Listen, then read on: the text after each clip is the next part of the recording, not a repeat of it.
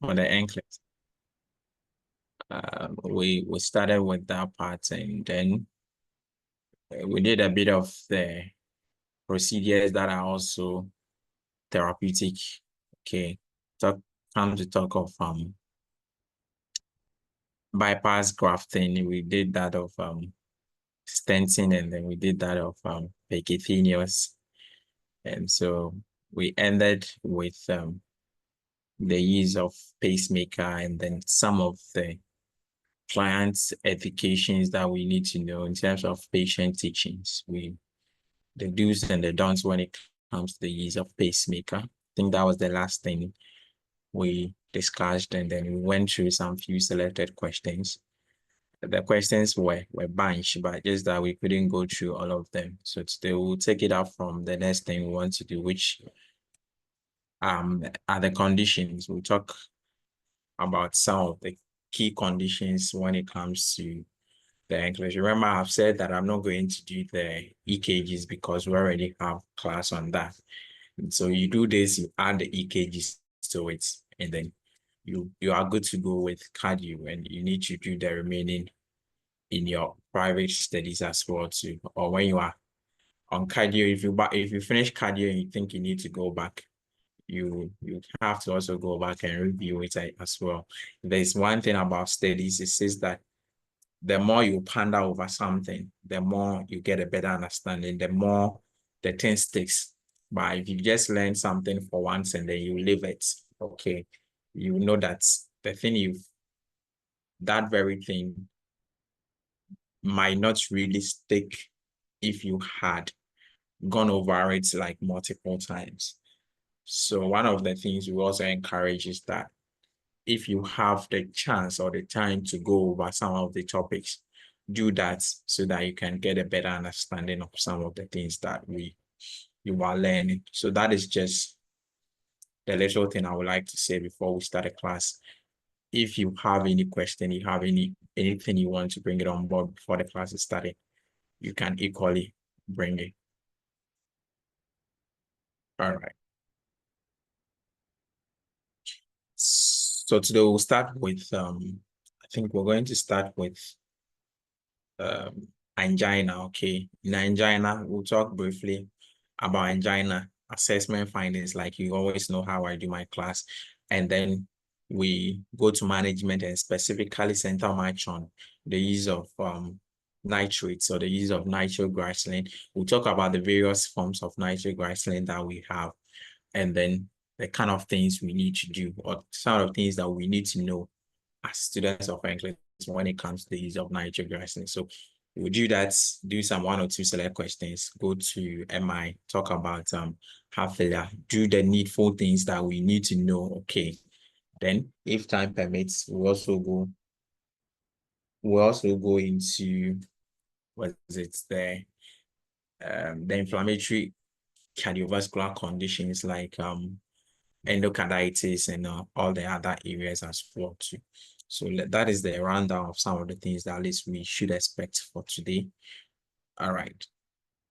So I think we are good to go. So we are starting with angina. And remember, one of the things we said, especially with the use of percutaneous, or if you are doing bypass grafting, or you are doing stenting, the purpose is to either opens up what we call the coronary arteries or the coronary blood supply to ensure that the heart muscles themselves are getting enough blood supply so that the function of the hearts will be achieved. That is, circulating blood throughout the system. But if you have what we call the coronary blood supply being impeded, okay, when you have the heart itself not getting enough blood supply through the coronary arteries or through the vessels that has to supply blood to the what we call the heart, then the demand of what we call enough blood supply and then more oxygenated blood to the heart muscles will also be affected. And so at the end of the day, when the patient goes into certain form of exercise or certain form of When I get recommendations, let me see. activities. Oh, Madam Ruth, kindly mute up, okay?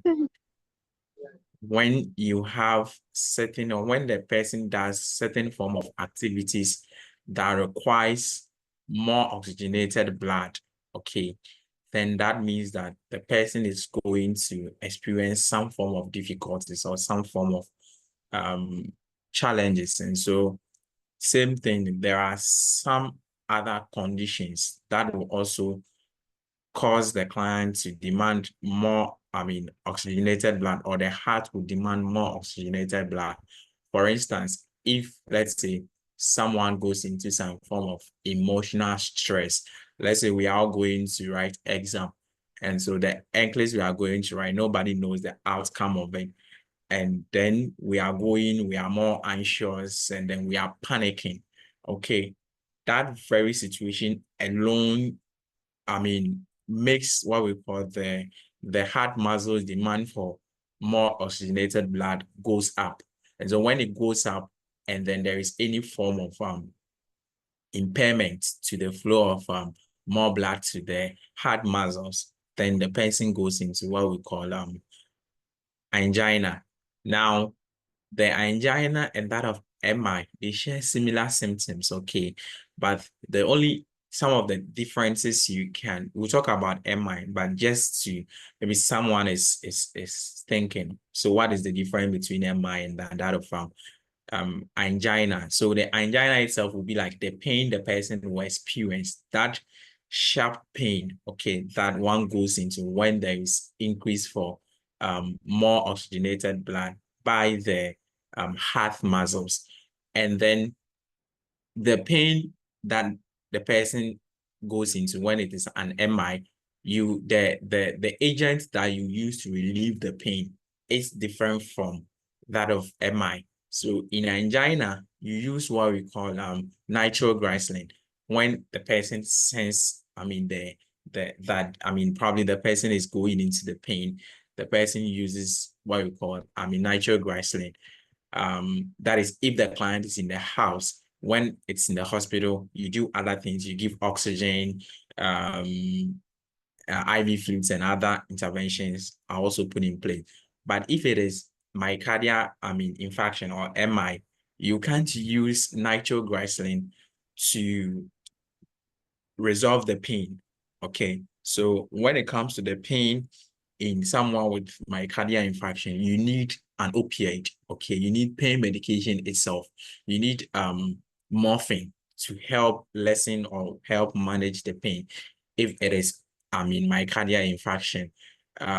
In terms of the length of the pain, when someone is having MI, you have to know that the pain is going to be more than, at least the pain lasts for more than 30 minutes if the person is if it's an MI.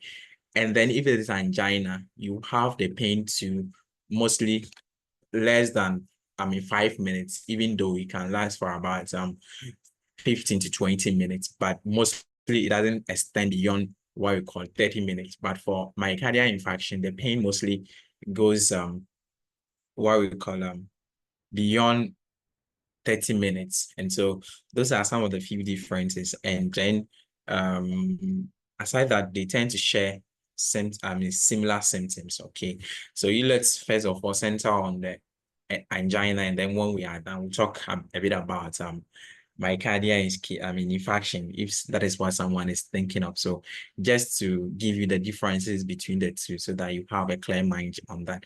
So like I was saying, I think I've summarized this on my screen. And so what some of the causes, like I was saying, when you have any form of plaque, okay, the causes. So when the vessels supplying the heart muscles or the heart itself with blood, it's blocked, okay, and so the obstruction could be from atherosclerosis, okay, when you have fatty tissues, occluding what we call the vessel, and then when you have spasms. And so I believe that we all can relate when it comes to spasms. Yeah.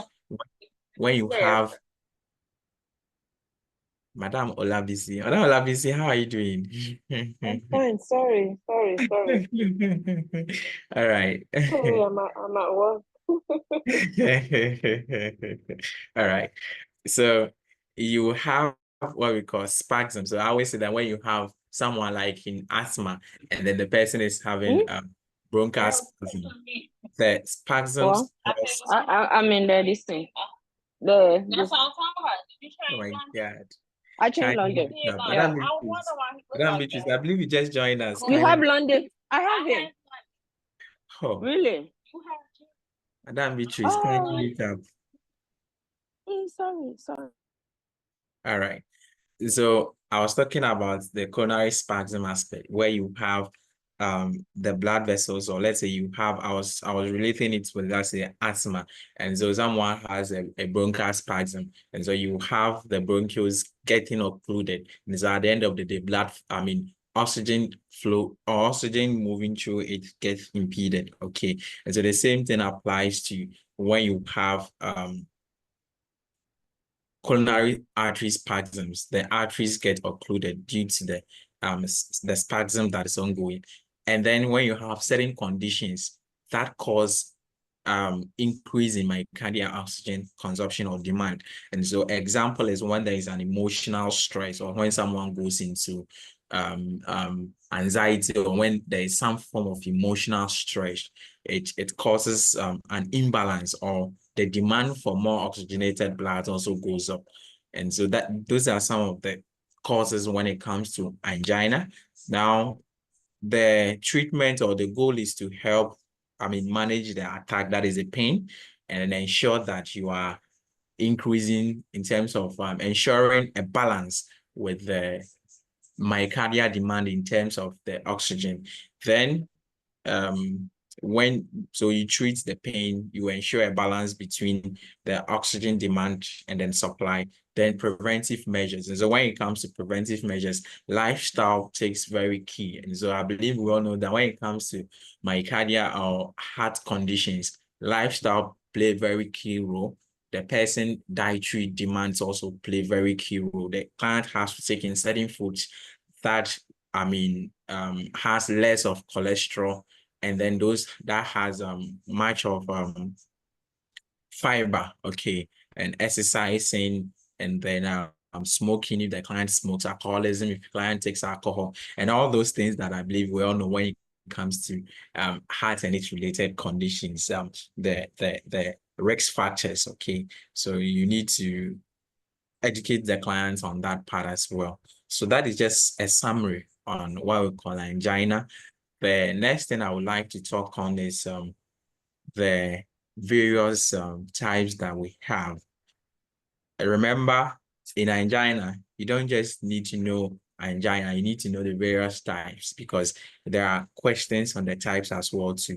You meet questions on the types, and then maybe you are stranded, you don't know which form of angina it is, or which, and then what causes it, or what precipitates the attack. Okay, and so the various types, then we have generally 4 types. Okay, but mostly questions comes from the first 3: stable, unstable, and then variant angina. Then you can also have intractable angina. And so we've talked about what causes it and those things, but for one to go into the stable angina, there has to be a precipitating factor, or the client must engage in some form of activity that causes the person, the heart muscles, to demand more oxygenated blood, or the person must go into some form of exertion. And so, for instance, if someone has an issue with coronary blood supply, okay,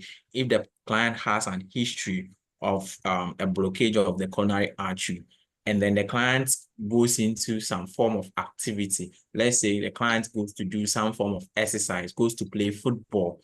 When the client goes to play the football causes the person's the coronary blood supply to increase. And so when that happens, because there is some form of history or some form of impairment with the blood flow to the myocardium or to the heart muscles, what happens is that the person tends to have the pain, or the pain comes. So you have exercise, even sexual intercourse can even cause this form of angina. So if the person is probably having sex, you know that the demand for more oxygenated blood goes up. When it comes to the heart muscle, and so when that happens, that form of exertion, okay, causes the client to experience the pain or the emotional stress I was talking about. So the emotional stress also causes, Madam Beatrice, Madam Benis Yeboah, sorry,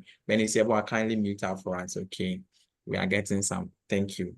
So when you have those emotional stress, it also increases the need for more oxygenated blood. And so there is an imbalance between the supply and then the demand. So the person goes into what we call angina. But this form of angina is stable angina. Okay. And so you need something to precipitate or to bring out the pain.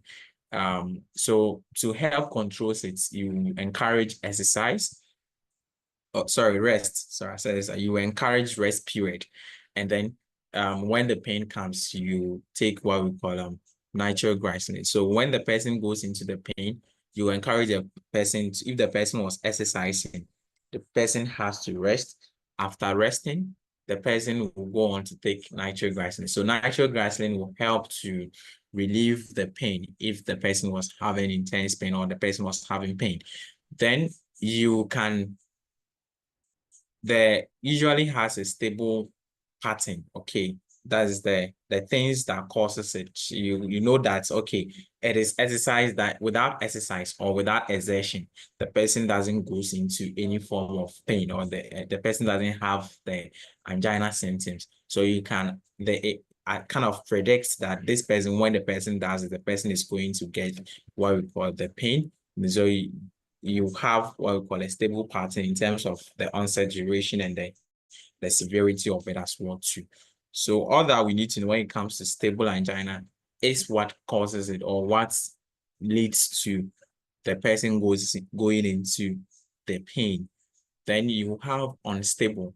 So unstable, that is pre-infarction. So pre-infarction angina. So the difference with unstable angina and that of stable angina is that with stable angina, you have like a predicted factor, something that you know that this is what the person will do for the pain to come. But with unstable, the person doesn't even need to get more engaged in the activity. Okay, with the slightest increase in myocardial oxygen demand, the client goes into the pain. So one thing too is that this pain, it mostly also lasts a bit longer, okay, as compared to that of stable angina. Then in stable angina, we said that rest and then taking nitroglycerin helps to lessen the pain or helps to control the pain. But if it is unstable angina, rest and then nitroglycerin alone wouldn't help with the pain, unless maybe client is admitted and then other interventions are put in place before the pain will be lessened. So pain may not be relieved with nitroglycerin. And so, like I said, the pain, in terms of what brings the pain, you need the exertion, but this time on, the exertion is not predicted. Even the slightest form of exercise the person goes into it, or even walking alone, walking a small distance, can cause this form of pain. Okay. Then we have the variant angina, that is also known as transmittal. The cause of it is when you have the coronary artery spasm. Okay, so this one, it's not caused by when you have, let's say, the person does some form of exercise or when there's an exertion, but what causes it when you have the coronary artery spasms. Okay, so when the spasms occurs, what happens is that there is an occlusion of the vessel. So at the end of the day, blood flow through it gets impeded, and so it can occur at rest as well too. So this pain occurs at rest. When the client is at rest, the pain can equally come, or the angina can come, and then you have some form of ST elevation that might also occur when it happens, and then maybe an EKG is done. You can get some form of an ST elevation on that as well too.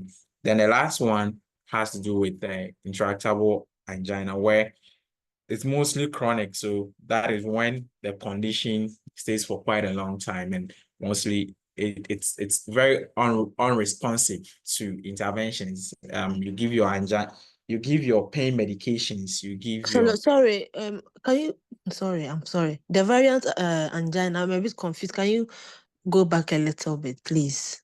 Which part are you confused, madam? I think I got lost when we got there, please.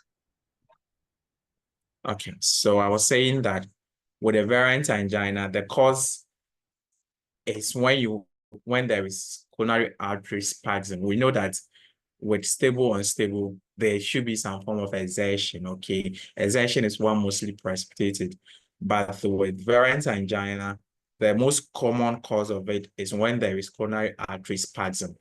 And then I said that it occurs at rest. So it can even occur when the client is at rest, resting. Okay. So when you have a client complaining that they tend to have their pain when they are at rest, then that is a form of variant angina. And I was saying that with the EKG changes, this one too tends to have what we call an ST elevation when ECGs are done when the person comes and then reports with the pain and then they do EKG. You can get what we call an ST elevation with it. So that is what I said with the variant angina. Thank you. All right. Then you have should I say the most serious form of it, the intractable angina, where this one is when you put in all other interventions to resolve the pain, then the interventions doesn't help with the pain the client is going through. So it's an unresponsive to interventions. Probably the client has to, be admitted and managed for some time before the client will be, diagnosed, or sorry, be discharged home and then goes and continue the treatment in the house together with some form of lifestyle modification that will help with the condition. So these are the various types or patterns we have. At least we all need to know the causes of each of them, or the management, what relieves the pain, or in terms of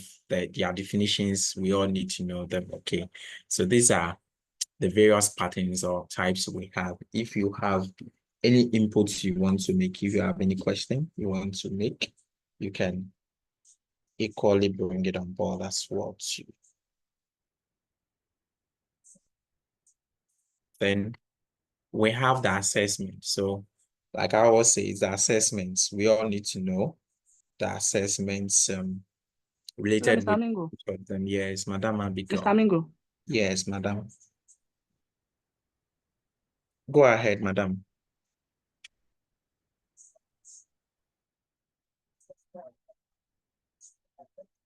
No, we can't hear you. Okay, sir, please, with the variant and the intractable, you didn't talk about the treatment. No, the treatments are the same. Okay. You give your nitroglycerin. Please, can you hear me now? Yes, hello, Madam. Madam Abigail. Madam Abigail. Hello. Hello, Madam Abigail. Are you with us? So she's saying that I didn't talk about the treatment for the variant and then that of the intractable. But we'll go. So you see, the management is the same for each of them, but just that some of them, the moment you give, let's say, nitroglycerin, the client becomes okay. Okay, but for others, you need to go on with maybe oxygen, IV fluids, and then other interventions will have to be included. So I'll do the interventions later on. Okay, but they all have the same interventions that you have to, just that some of them you have to keep on with. Maybe what if it is, let's say, sublingual, you ask the client to take and then it wasn't resolving, probably the clients will go on IV form of the nitroglycerin. Okay, and then you add up oxygen and other things that will help with increasing the oxygen supply. So we'll go on that, okay? So I was talking about the assessment. So the first thing is the pain. So the pain can be described in various ways, okay? Can be described in various ways. And then another thing with this one and then that of MI is that this one, the pain is quite mild and then moderate. But sometimes in your MI, the pain is very severe or intense. So in terms of the pain here, the pain is quite mild when they describe the pain for you, and all can be moderate. And then it can occur very quickly or slow as well too. So sometimes the client will be there and then the pain will just come. And the pain, sometimes clients will quite experience it slowly before maybe it becomes more intense or a bit more severe. Yes. So, madam, I said that I think your network wasn't helping you. I said that I'll talk about the management. Okay, they all have the same management. Either you are using what we call your nitroglycerin and then oxygen and other forms of interventions that we'll talk about it shortly. Okay, so don't worry much. So then you have the pain also when it happens. The client can tell you that it's substernal crushing, squeezing chest pain. Okay, so they will use all these things in your questions, and I believe those of us who might have come across angina questions, you know what I'm talking about, the crushing, the squeezing chest pain. Okay, like a sudden crushing chest pain, and then this pain also mostly radiates to the shoulders. Okay, it radiates to the shoulders, the jaw, the neck, or the back. Then you also have it's occurring. The pain intensity is not affected with, inspiration or expiration. So when the client breathes or breathes out, it doesn't really affect the pain intensity. And then you have the pain lasting less than 5 minutes. So like I was saying here, the pain generally in angina, you have the pain mostly lasting less than 5 minutes, especially with the stable anginas. And then when it happens, the longest period it can last for about 15 to 20 minutes. Okay, then you have the pain relieved with nitroglycerin or rest or nitroglycerin and then what we call rest together can help with the pain relieving. Okay, even though you can have the other ones that the pain might not be relieved with rest and the nitroglycerin. So that is when the client is asked to come to the hospital for admission and then further management. So we'll talk about the use of nitroglycerin and then when the client has to call the healthcare provider after taking the nitroglycerin and then the pain doesn't subside, so the pain doesn't get relieved. So we'll talk about that. Then you have the other associated symptoms aside the pain. So one client can have all these things in terms of the pain description. So the pain description is what I've given it to you, how the pain will be described. Then you have, because there's decrease in oxygen supply and that of demand by the heart muscles, the client can have some form of dyspnea. Okay, so difficulty in breathing is very key. Then you have pallor, okay, due to the low decrease in oxygenated blood. Then you have what we call sweating. So the sweating, sometimes they will describe like a woman reported to. So they say that we have some how did they even term it? They are not really specific. Okay, sometimes the symptoms the patient will present, you can't really say that, oh, this is truly angina. So they will mention of maybe sweating, they will mention of pallor, then they will describe maybe a pain radiating to the shoulder as well. So when you see these things in question, you should think of the fact that it's probably maybe angina the person is having. Then you have the palpitation, the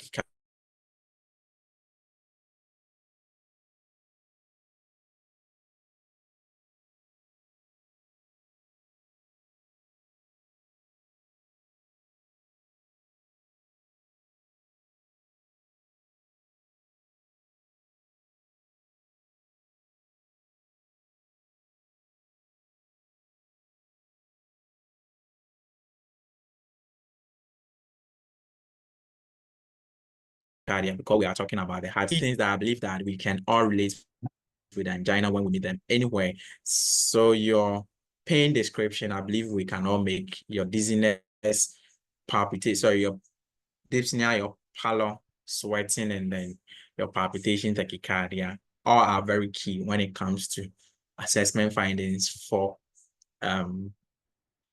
angina. Okay, so this is what I was able to, even though maybe when you are studying, you can come across maybe some additional assessment find, but these are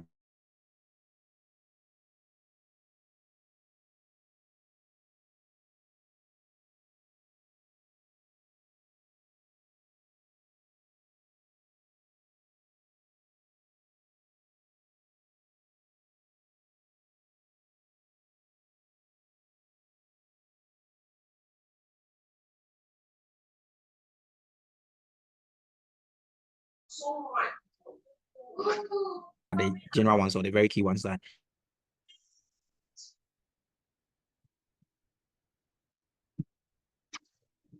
Brother Amingo, I think you cut off. Sorry, okay. Someone is just calling me. That is what is causing the interruption. Oh, Okay. that's fine. Sorry for that. Okay. So I was talking about the interventions.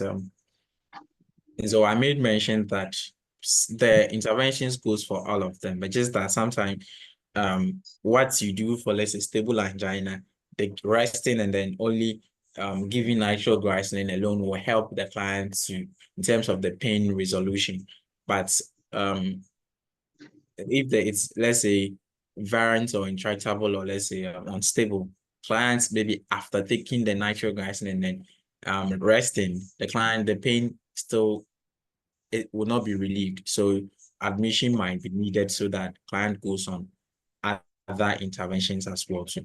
So we need to know that we have to assess pain. We institute pain relieving measure using our nitroglycerin. So the nitroglycerin, we all know that it's a vasodilator. And so what it does is that it opens up the vessels to ensure that blood flow continues or blood flow is established. So you need to give your nitroglycerin when there is pain or when the pain, the slightest sense of pain, the client has to take the nitroglycerin to help control the pain. Then if it is admission, you know that oxygen will also be needed, especially when there is dyspnea, then pallor, and then you do maybe your SpO2 assessments and you realize that the levels are low, needs more oxygen, client is put on oxygen, then vital signs is very key. Of course, we all know we are talking about tachycardia, hypertension, and all those things related with angina. So you need to monitor your vital signs. Then client will go on continuous cardiac monitoring because you could have some form of dysrhythmias, okay, or abnormal heart rate tracings. So you need to put the client on continuous fetal monitoring. Your nitroglycerin, we'll talk about nitroglycerin very shortly. That will help dilate the vessels. Then reduce the oxygen demand these are interventions that will help to reduce the more oxygenated demand from the myocardium and then will help relieve the pain the client is going into. You also nurse clients in a semi-fowler's position, especially when they are having their dyspnea, okay, so that they can catch up more of the oxygen. You maintain rest as needed or as, yes. Then you also obtain your 12-lead EKG. So we are doing this specifically for your case study questions. So you have your case study questions and they are asking you the appropriate and inappropriate interventions. And so if you have this at your fingertips, you are good to go. You know what you do in managing angina. Okay. All right. Then you have your IV line. Probably you need to give IV fluids or other medications as well too. Or if it is the IV form of the nitroglycerin, you need to give it through IV line. So you need to establish your IV line.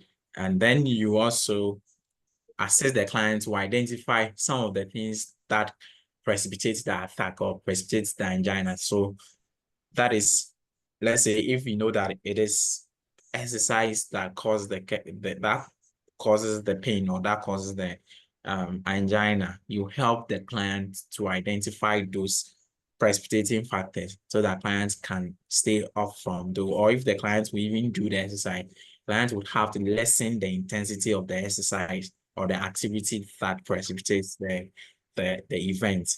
Then you instruct the client if the pain comes. Okay, so this is on nitroglycerin. So for the pain that occurs in the home, okay, or in the house, or if it is activity that the client was doing and then the pain came, what you tell clients is that when they notice or they sense any form of pain with whatever activity that they are doing, they would have to stop the activity immediately and then rest. Then they will take their nitroglycerin as prescribed. So we'll do the nitroglycerin and then the protocols with nitroglycerin administration.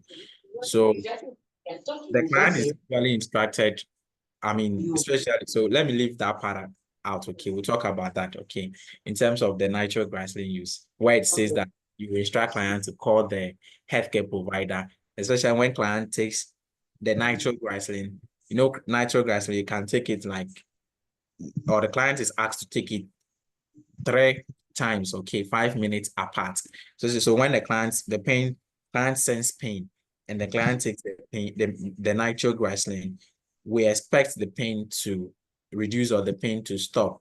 But if after taking the first one and then the pain still continues, we say that after taking the first one and then the pain continues, the client has to repeat another dose of the nitroglycerin again within 5 minutes or after 5 minutes. Then they will call the healthcare provider. Then they will wait again and then take another dose, the third dose, after another 5 minutes. So it's like a 15 minutes period that the client is going to take the nitroglycerin, 5 minutes apart for each of them. But after taking the first one, if the pain doesn't go, they have to call the healthcare provider. So we'll talk about that one very shortly. Then we'll also have to encourage the client, or you educate client that they might need to take what we call aspirin. Okay, you know, aspirin is an antiplatelet, and so when you take it, if it is platelet aggregation that causes the blockage, it will help with, with that. And then aspirin equally also have some form of pain in terms of pain control. It also has it as well too. So you also tell clients to chew aspirin or aspirin as well if that is also prescribed. Then you educate clients with the use of antiplatelets. So the aspirin is even an example of antiplatelets. Okay, so the use of antiplatelet and some of the things they also need to know in terms of instituting bleeding precautions and the management when it comes to what we call anxiety, general management. Okay, so this goes for all of them. Either you are muted, Gloria iPhone, you are muted. You are all unmuted. We are getting feedbacks. You can eat bread, but not too hard the bread. Gloria, kindly mute your for us.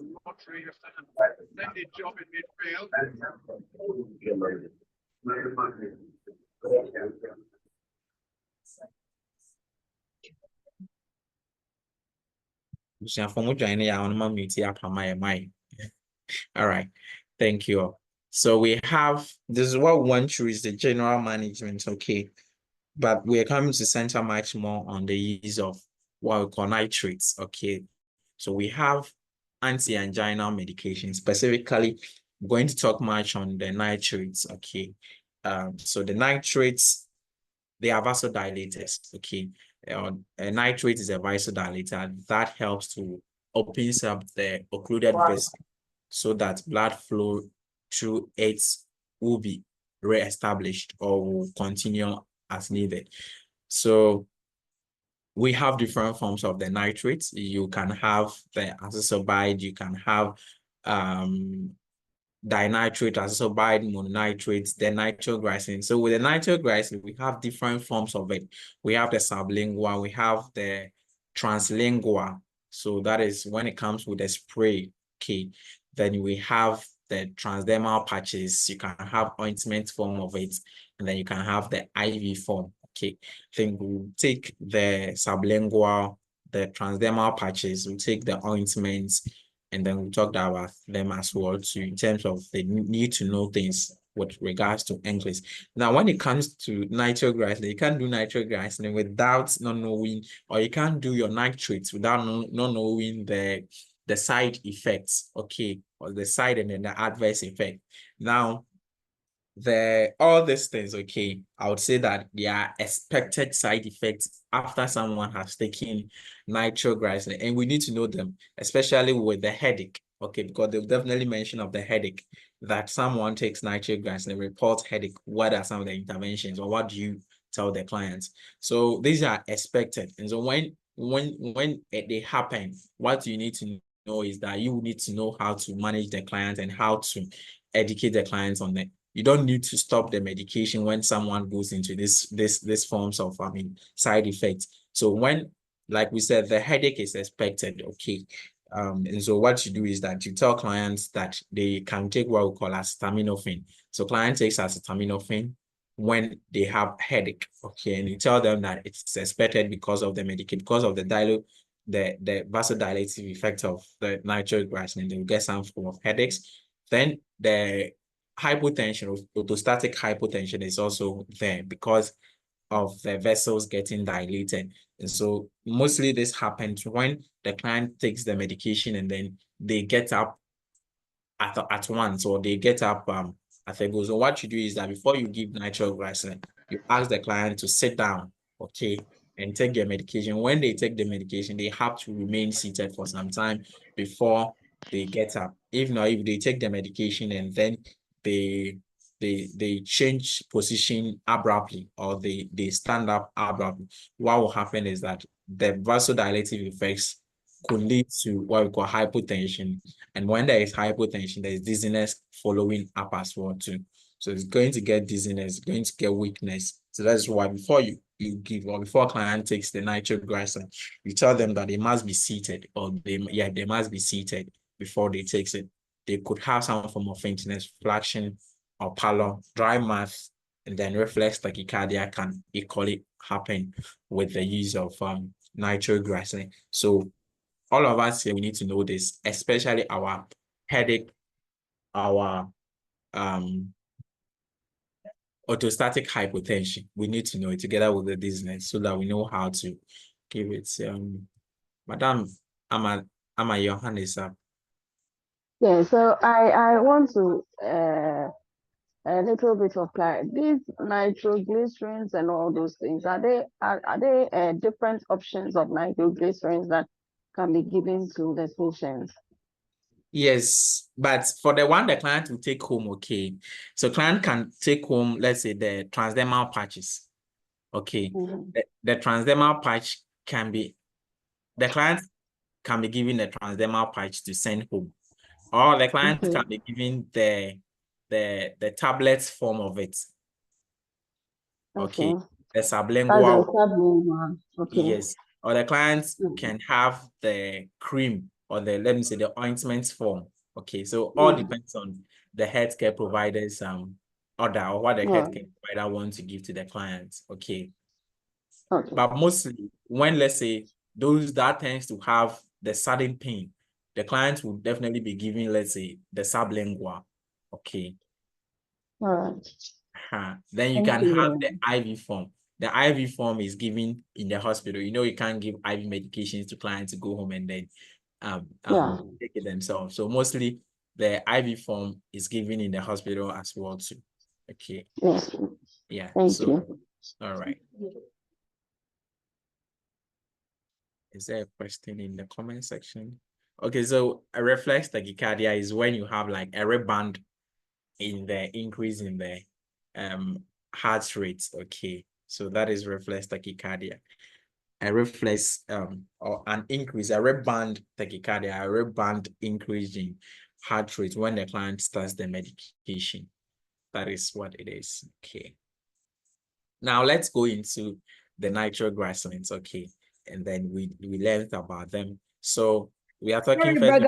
brother Amingo, can you repeat? Did you say that a nitroglycerin we can give it IV as well, isn't it? Yeah, I said we have the IV form. Okay. All right. Yeah, and I said that it's mostly given in the hospital. In the Or it's in the hospital. hospital setting that the IV form will be given. Yes. Okay. All right. Thank you. All right. So we have the sublingual, okay. And so with the sublingual, I think that's the most common one. You see it's in most of the questions, okay. So vital signs is very key because we've talked about the side effects, the reflex tachycardia that can happen, and then the orthostatic hypotension. So you need to monitor your vital signs, very key when you take it. Then because the client is going to have what we call the medication is going to be put under the tank. The medication is going to be. Please, are you having challenges with my sound? Someone's, oh, that is a previous someone says she is struggling to hear me. Please, can you confirm or if you are having any issue with the sound from my end? Is my sound okay? Yes. Yeah, it's okay. I think it was before when someone tried calling you. Yeah. Oh, okay. Yeah. Thank you. All right. So you need to, because the client is going to put the medication under the tank, and so the medication has to be dissolved and then be absorbed through the blood vessels. Okay, you see that under our tank we have a lot of blood supply, blood vessels there, and so what you do is that there is some form of dryness, or dryness can occur, okay, as the side effect of the medication when the client puts the medication. So you encourage the client to sip some water, okay, before they take the medication. But remember, they don't swallow the medication, they won't chew. But before they take the sublingual, what you tell them that to prevent dryness, okay, and to ensure that the mouth is a bit wet before they put the medication there, they will need to sip some water. So you offer sips of water before you give the medication because of the dryness that can happen. Then, like I said, there is some what we call orthostatic hypotension. So what you do is that you instruct clients to sit down before they take their medication because of the orthostatic hypotension that client can have together with dizziness. And then we know that when that happens, there is the client is at risk of falling. So you need to institute that as well too. Then you will instruct the client to place the medication under the tank and leave it there to dissolve. I believe you all understand that because we are talking about a sublingual medication. Instruct client not to swallow the medication. So these are all education that we need to give to the clients. Then you will instruct the clients in terms of the medication, taking it in their house when they have the pain or when they sense the pain. What you do is that, Madam Akuya's iPhone, kindly mute her for us. When the client sense the pain and then they are taking the pain, so what you do is that you instruct the client to take the first oh, you instruct the client to take the first dose, okay, and then they'll wait for 5 minutes. If the pain doesn't subside, or if the pain doesn't subside, they will take another dose again, okay, after the first one. Then they will call the healthcare provider, like I was saying. Then they'll wait another 5 minutes again and take another dose. That is a third dose. So within 15 minutes period, they will take 3 different doses, 5 minutes apart. But after taking the first one, if the pain doesn't subside, okay, they call the healthcare provider immediately. And if it is in the hospital, because the client is in the hospital, what you do is that after giving the first dose and the pain continues, you continue with the 3 doses, and then after the 3 doses, you notify the healthcare provider immediately, and then you'll do all your BP checks and other things as well too. Because of the things we talked about can happen.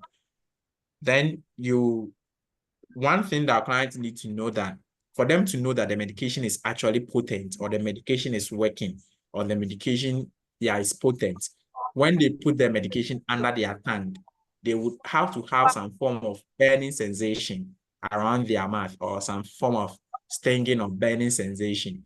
And when that happens, clients know that the medication is potent. Or when clients report that kind of sensation to you, you know that indicates that the medication is potent. So it's something you all need to know, that a client on nitroglycerin who reports a burning sensation or a stinging sensation after taking the medication, what does it indicate?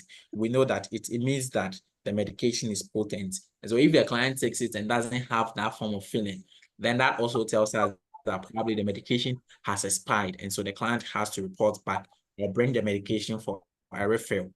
Then you have how to store the medication. So we know that we need to store nitroglycerin in a dark place and then a tightly sealed bottle. Okay, so you need to make sure that the medication is in a tightly sealed container or bottle, and then you keep it in a dark area. You don't have to expose it to heat. Okay, so exposure to heat, reduces the potency of what we call nitroglycerin. So you don't need to expose it to what we call heat, especially when client tells you that they are going to keep their medication in a car. Okay, so the client doesn't need to keep the medication in the car, because in the car, the heat in the car could affect the potency of the medication. So when you have that option, you know that it's a negative option. You need to quickly educate clients on that as well too. Then the pain, I said they take acetaminophen for headache. We know that acetaminophen is the same as paracetamol, but you're not going to see paracetamol in English. You see acetaminophen. Then how the medication in terms of the expiry date. Okay, it's just like when someone is taking insulin. You know, when you open insulin, the expiry date now changes. Okay, when you open an insulin, the expiry date now changes. And so for what we call the same thing applies to nitroglycerin. Immediately the client goes for the medication, the original expiry date doesn't remain again. So from the time the client takes the medication, the client, it has about 6 months of expiry date. So after 6 months, okay, the client has to report back if the medication has not finished. Okay, so after 60 days, so after 6 months, if the client has not finished the medication, they will need to report back again for a refill of the medication, because the medication mostly expires after 6 months. So you instruct clients using nitroglycerin tablet to check the expiry dates of the medication bottle, because expiration may occur within 6 months of obtaining the medication, and then the tablet will not relieve pain when it is expired. Okay. Madam Whitney, Madam Whitney, yeah, some online class on. Okay, let me try to meet my people myself. Okay, so these are the things that when someone is on sublingual, okay, the client needs to take. Okay, so let me say this before, because I don't want any trouble in the future. With the expiry dates, you can have it in some books, okay, they will say that between 3 to 6 months, that is the expiry date, okay, between 3 to 6 months. But in most books, you see it's 6 months. And so if you get a question anywhere, okay, and then you go and meet like ask client to report back for a refill of the nitroglycerin in between 3 to 6 months, that is fine. You can go for that option. Okay, that is okay. But generally, it takes about 6 months for the medication to expire. After 6 months, the client has to put the medication down. And then if that is that one is not finished, they have to stop that. They can't use it beyond 6 months. Okay. Then we have the patch. Okay, so you can have a medication that has both the patch and the ointment. Okay, you have both patch and ointment being used together. And so if that happens, the things that our clients need to know, or you need to know, is that before you apply, you need to wear gloves before you can apply the ointment and that of the patch. Okay, then you make sure that where you are going to apply it, the client doesn't have any form of defibrillator pad being applied there, because clients could be on a defibrillator, and then they will need also what we call the patch again. So in that instance, you need to choose a different place. Especially, we know that a defibrillator patch, the patch that was placed on the chest area. So if the client is on it, you can't apply the patch. Then you need to choose a different place, probably maybe on the thigh, or on the stomach, or a place, or on the back as well too.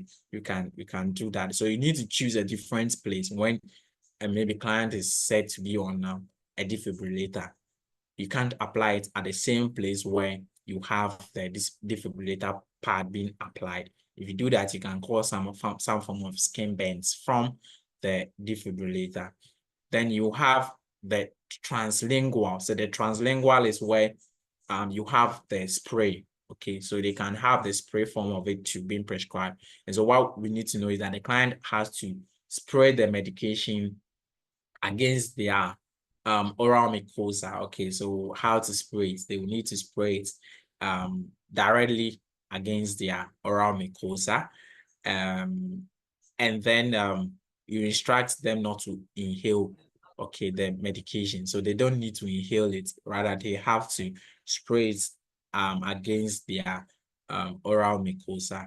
Then we have sustained relief. So with sustained relief, this goes for all other medication, okay? And what we are discussing goes for all other medication that have these forms of it, okay? So for any medication that you see it in NCLEX, or not even in normal practice, any medication that has a sustained relief attached to it, okay, we know that we don't crash that medication and we don't chew that medication too. So we need to know so that we educate clients, especially you see it in question that clients on a sustained relief makes a certain statement. Which of them would you need to make a follow-up or make more, educate the clients more on? So if you have a client saying that they would have to chew or crash their sustained relief medication to take it, you know that is a negative a response from the client. So you need to make a follow-up on that and educate clients more. They just need to swallow it, okay? So they don't chew or crash a sustained relief medication. So that is just on a sustained relief. Then you have only transdermal patch, okay? So you have the transdermal patch that you have it applied on the skin and you leave it there for some time, okay? So for those who uses the transdermal patch, that's a question for me.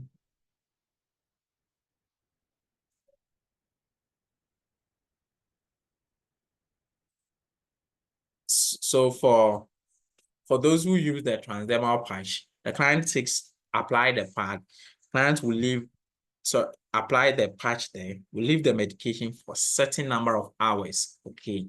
And then they would have to go off the medication for a certain number of hours. The reason is that you don't want what we call dependency. Yes, you don't want the client to be on it, and then just like if the client is not on, they can't survive. And so that is tolerance, okay? So just to prevent tolerance. And another thing is that with this one and then something like the transdermal, let's say transdermal and then sublingual, the sublingual will produce effects quickly more than the transdermal patch. So someone who is having pain now, you can't apply the transdermal patch and then get the needed effect. Clients would have to take, let's say, the sublingual, and then if the pain is relieved, then later, maybe client is going home, they will give the clients the patch to go and use.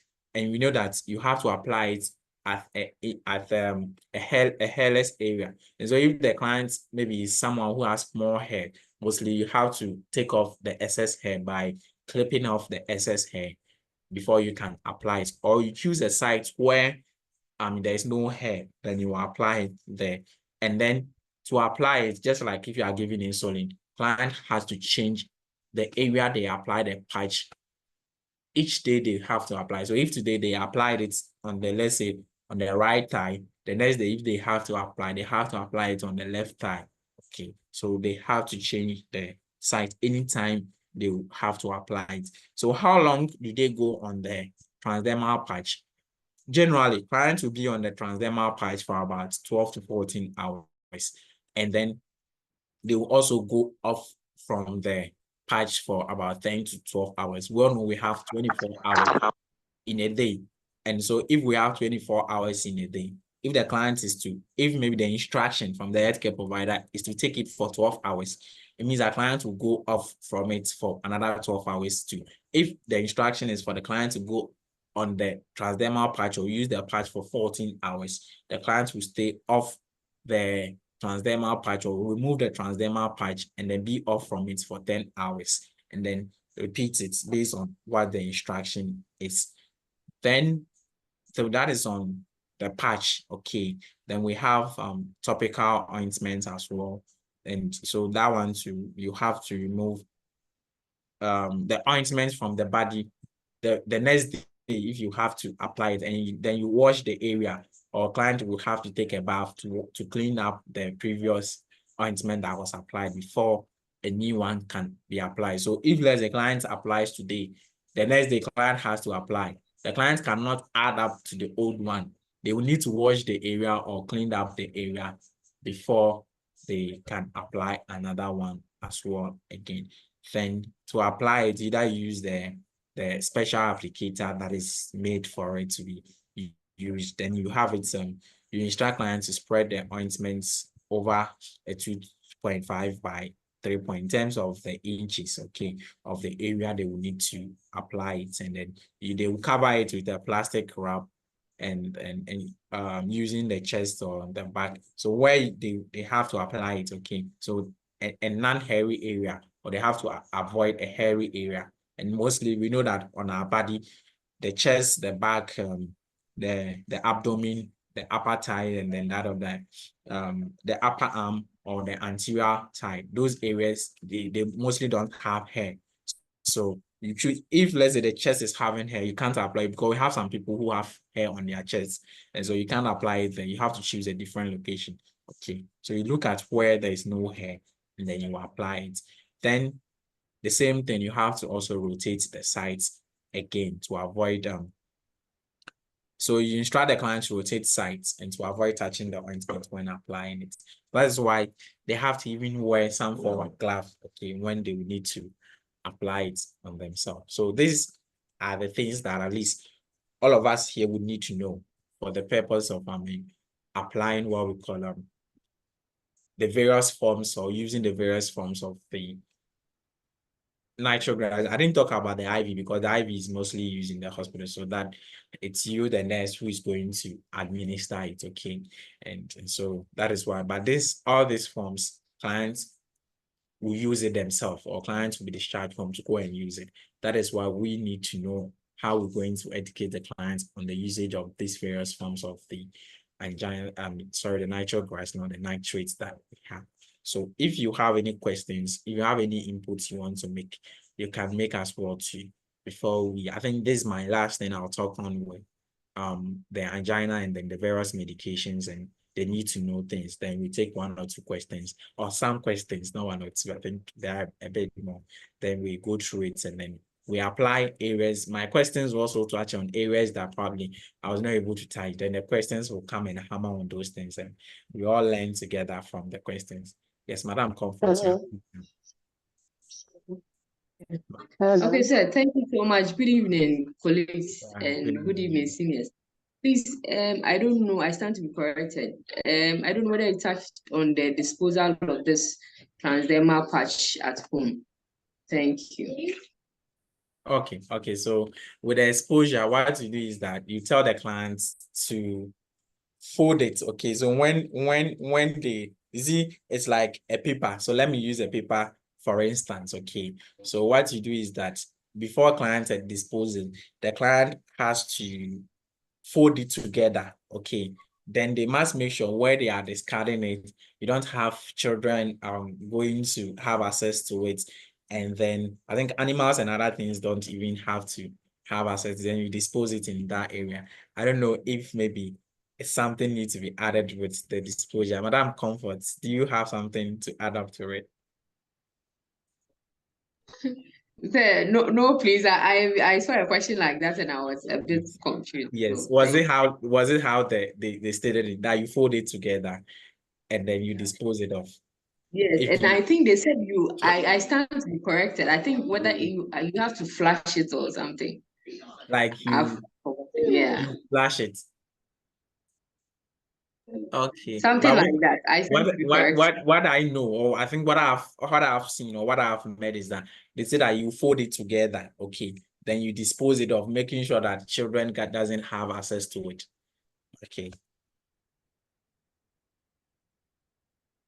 All right. Then we have Madam Janet, your hand is up.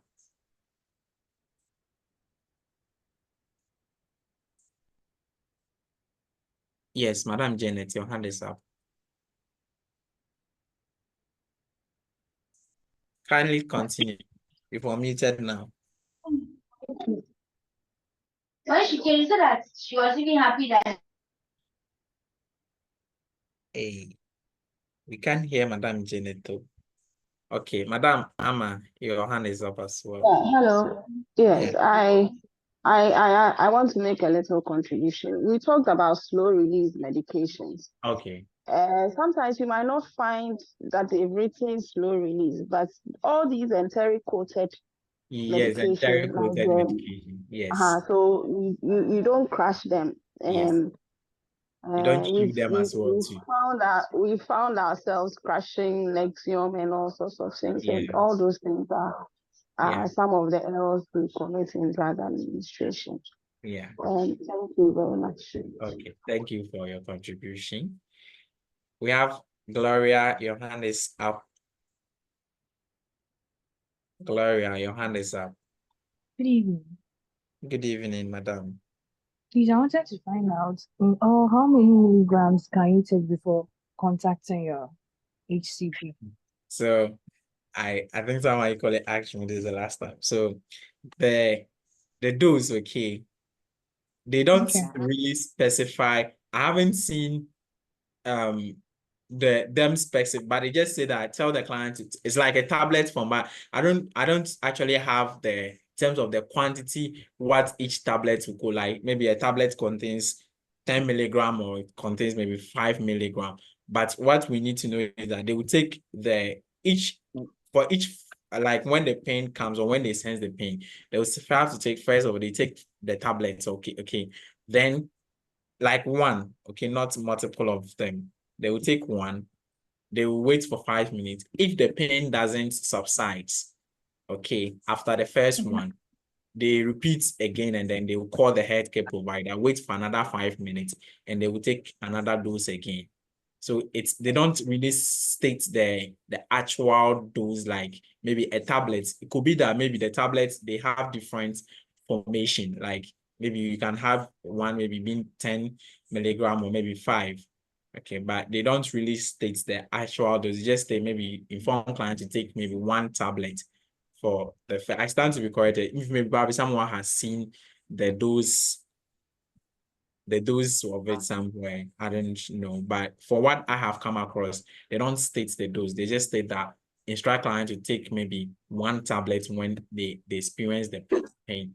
They wait and then they repeat again if the pain doesn't subside within 5 minutes, and then they will call. So the call in there is the first one, when they take the first one, and then after 5 minutes, that if the pain doesn't subside after taking the first one, after 5 minutes, that is when they call. Then after calling, then they will take another dose, and then they'll wait again for another 5 minutes, and then they will take another dose again.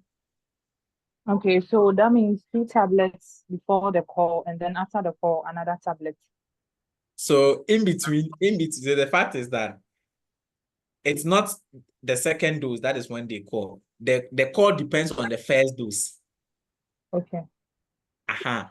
So the call depends on the first dose. If the first dose doesn't relieve the pain, so the instruction is that call and take the second dose. Let me put it that way. Okay, sure. Yes.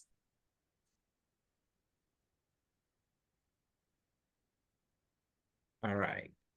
Is there any, Madam Janet, we couldn't hear your side. Okay.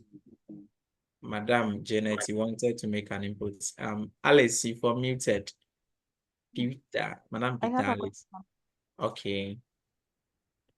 Yes, I was just wondering or asking, what precedes before we give nitroglycerin? Is there like something else that you're supposed to give? I think I missed the first part of the presentation. I was just wondering, So before nitroglycerin, is there something that we give? is there something that we give before the client takes the medication, the nitroglycerin? Yes, that's the question. Yes. For angina, that is the first line, okay. Especially when the pain comes, you ask the client to rest, then or clients when they sense, okay, probably maybe they are engaging in an activity or exercise, okay, and then they realize that because the pain can be sudden or it can be slowly. And so if it is slowly, you know that if pain starts coming, you yourself, you notice that maybe you are someone who tends to have it, okay, or you have a history of angina. And so if you are engaging in the activity and then you start sensing the pain, quickly, the protocol is that you stop the activity that you are doing and then you take your sublingual or you take your nitroglycerin. So before the nitroglycerin, there is no medication that you need to take before you take the nitroglycerin. Even though we said that clients can make use of aspirin together with the nitroglycerin, but the nitroglycerin is the first medication or is the main medication when it comes to angina.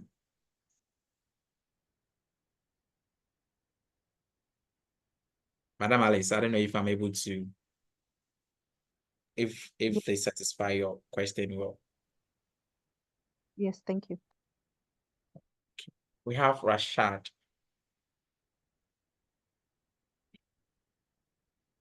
Yes, Rashad, you can go. Hello. Yeah, Good Mr. Yeah, good afternoon. I thought you said with the tablets, but I don't know if she was actually referring to that.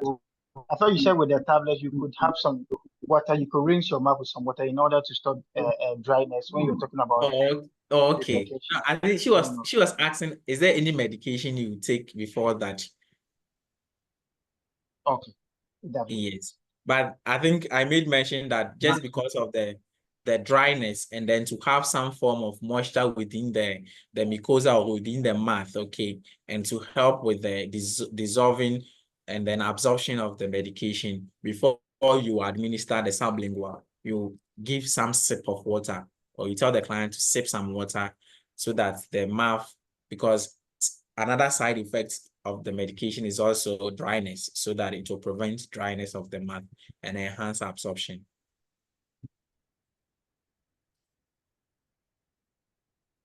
Okay. Is that the last question we all have? If you have a question, feel free to. Sometimes when you put the question in the comment section, maybe you get mixed up with other chats. So I find it difficult to see. So if you have it, you can just go ahead and then unmute yourself or raise up your hand and you'll be attended to. Okay, so thank you all for your questions, your inputs. I think it's opened up a lot of things, I mean, within touched on. So let's go through some selected questions, and then when we are done, we'll add up the next part of our class as well too. Then we'll take it up from there. So we have the nurse is caring for a client with angina. The client asks the nurse why the angina attacks are worse when they feel stressed about incoming deadlines at work. The nurse explained to the client that stress causes which of the following. Then you have an increase afterload following contractions of the heart.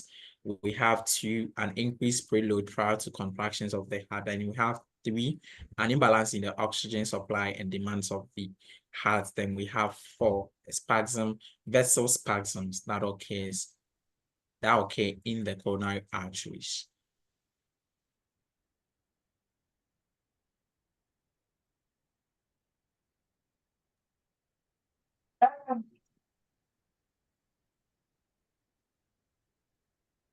Yes, who is helping us to answer this for us?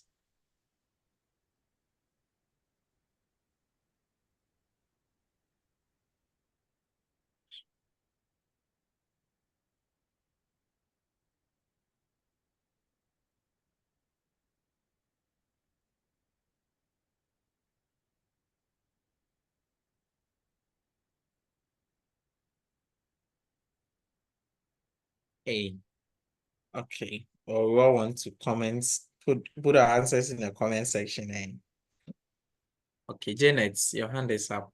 We are Yes, struggling I to hear think you. Okay. All yeah, right, go ahead. I think we can hear you now. I will go for number 3. Okay. An imbalance in oxygen supply and demand on the hearts. We're saying that when the demand for oxygen is increased, then that is where we experience it. Oh, okay.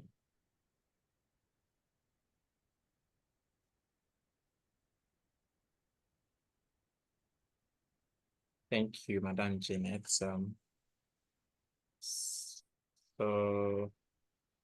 almost all the people in the comment section who have answered are also going for the third one. So let's see if we have the third one being our answer. So I think yes, when you have such an imbalance occurring with the demands of the more oxygenated from or by the myocardium, that is what actually stress will cause. Or when you have an emotional stress, okay, it wouldn't cause spasm, and that also wouldn't cause a blockage anywhere, but just that it puts more demands on the heart to work extra so you can control that forms of emotional stress. Now let's look at this question. I mean, this is on diet. And nobody wants a diet question, right? When it comes to dietary question in English, everybody wants to run away. It's well, okay. Don't worry a lot about that. The nurse is educating a client at a walk-in clinic about changes they should make in their lifestyle following an angina attack. Which of the following recommendations by the nurse requires clarification? Eat a diet rich in fiber, go to a walk daily, follow a ketogenic diet plan, substitute butter with vegetable or plant oil.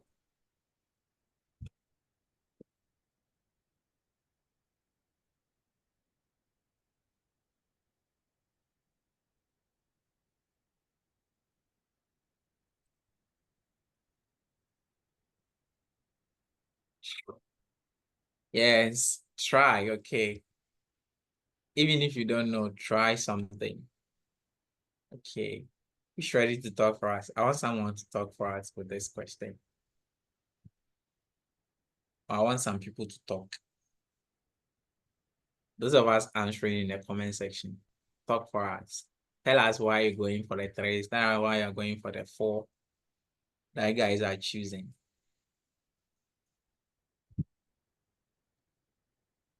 Hello. Okay, can I try? Yeah, Mr. Rashad, you can go on.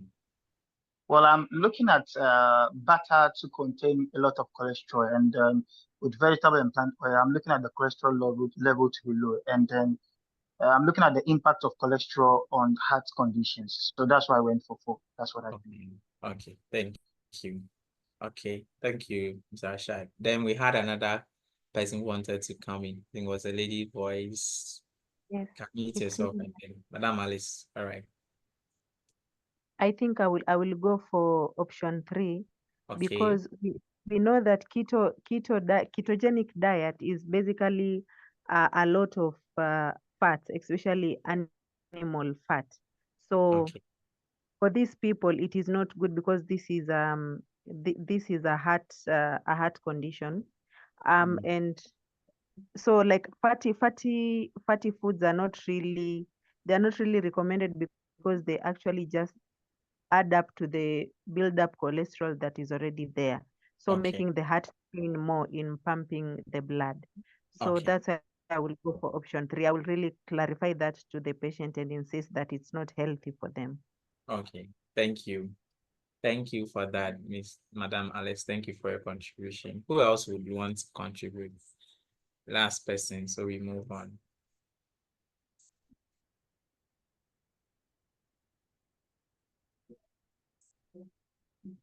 Okay. Yeah, Madam Priscilla. Yes, hello. So I'll also go for answer 3. because a ketogenic diet plan is a diet plan with low carbs and then high fats. And like she said earlier, it's concentrating on things good for the heart, and high fats would block the arteries further and then increase oxygen demand for the heart, which would increase the angina attacks and all. So I would clarify that the patient should not follow the ketogenic diet plan. That would be it. Thank you.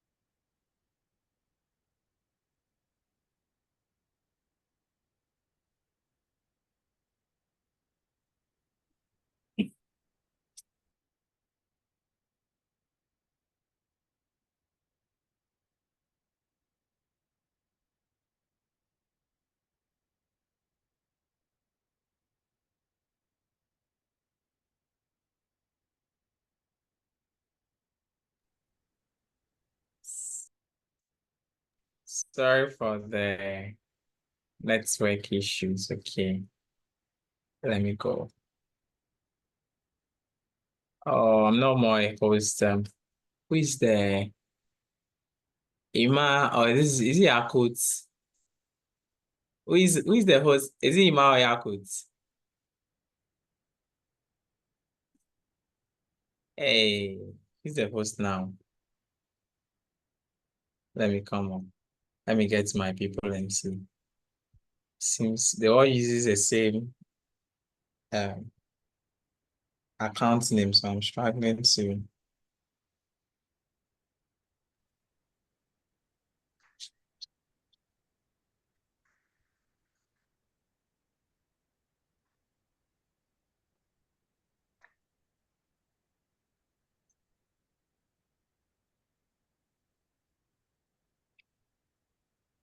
Oh, sorry for that. Okay, seems they are not with me now. Let me call them.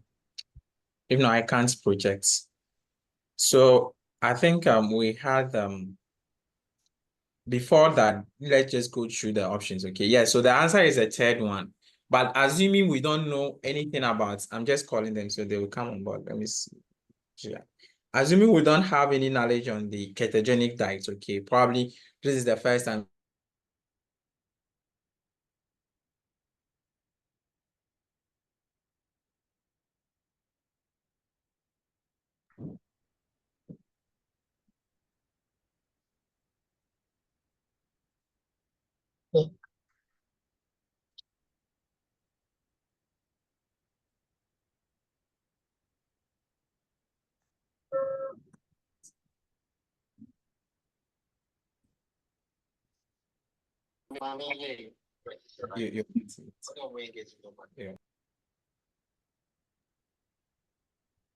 Sorry.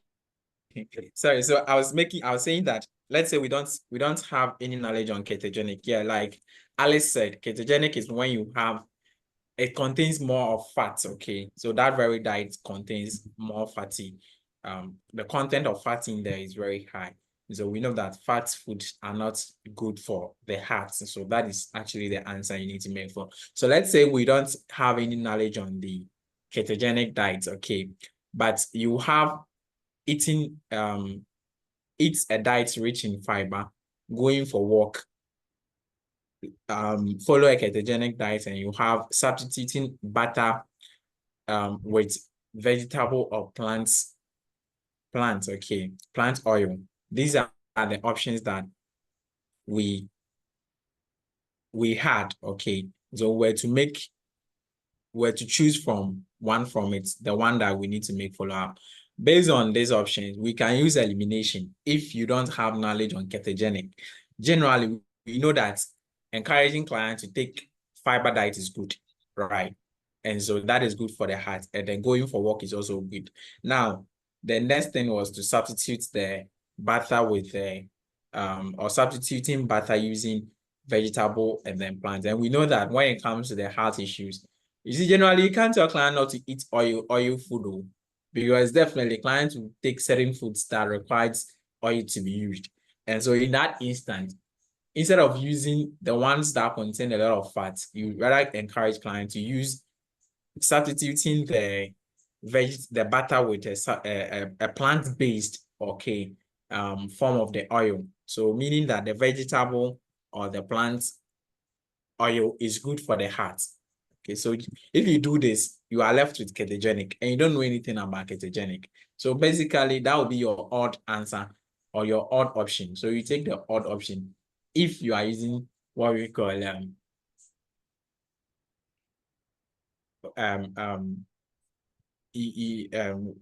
are using what is it? What I used? You are substituting, you are taking some out, you are canceling those that you know out. Elimination, very good. If you are using your elimination, you take those that you know that they are good answers or they are good interventions. Then those that are not, good ones, Ima, are you back? Okay, so I'm the host now. Thank you. All right, so I think I can now project and then we'll go on. Sorry for the. Yeah, Charlie, sorry, right? All right. So yes, the answer is the third one, and I think we've all gone through. So like I said, the ketogenic, it contains more fat. Okay, so it has more fatty content, so that will not be good for the body for someone with cardio issues.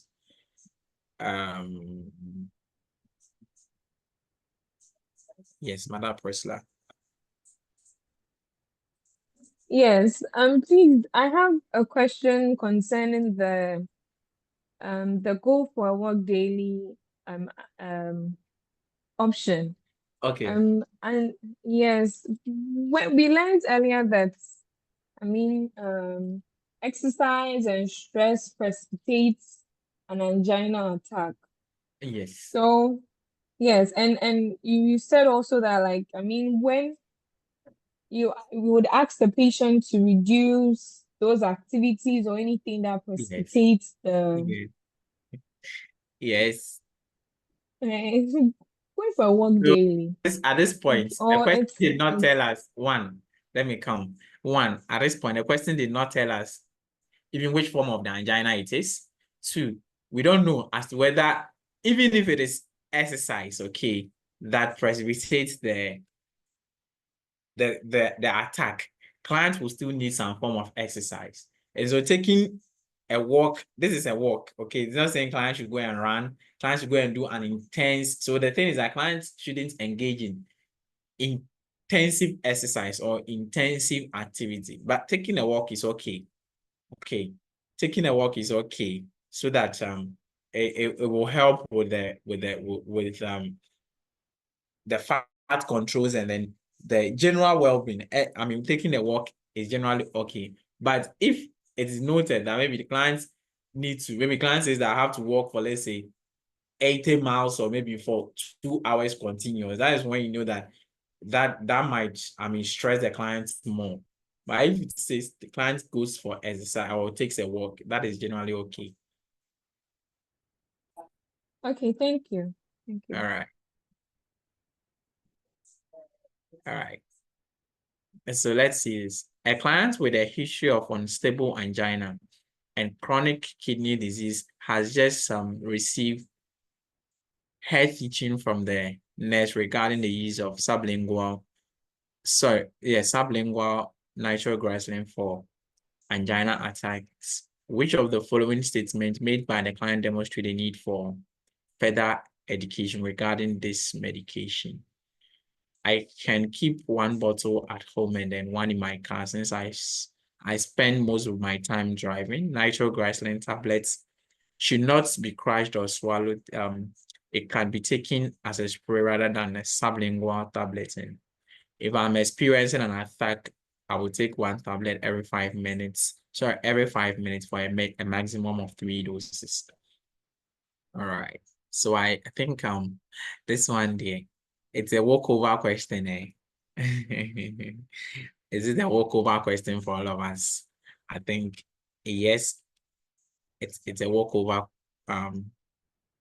So you see, the one who was asking about it, they don't actually specify maybe take 10 milligram, or they will just state maybe a tablet. Okay, but they don't really specify that a tablet contains, let's say, 50 milligram or 75 milligram or 10 milligram. That specification, they don't really make it, but they will just say that take a tablet. Okay. All right. So I think we all agree that the first one will be the answer, as people are answering in the comment section or the chat box, that the one is the answer. And I think we said that they don't need to keep it in an area where there is heat, okay? Because the heat can affect the potency of the medication. Clients with unstable angina is receiving continuous intravenous nitroglycerin infusion. Which of the following nursing action would be best to prevent tolerance to nitrate therapy? Okay. Titrate the dose of the medication down at night or when the client is sleeping. 2, administer acetaminophen every 4 hours to prevent headache. Decrease the dose of the medication when the client is active. Then attempt to titrate the dose down when the client is experiencing lower pain levels.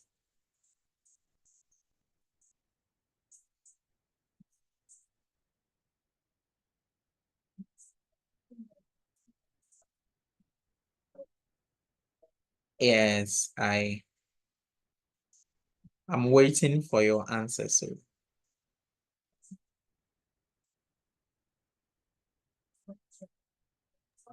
Hello. Yes.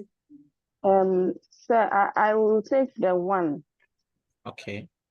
One, we give the nitroglycerin because the patient is in pain. So if the patient is able to sleep, it means that the pain has come down. So you need to titrate it, reduce it so that they don't get dependent on it. Okay. Yes. Okay. Thank you, Madam Aman. Oh. Who else? I saw another Hamza Bukari. You were muted. Are you coming in with your answer?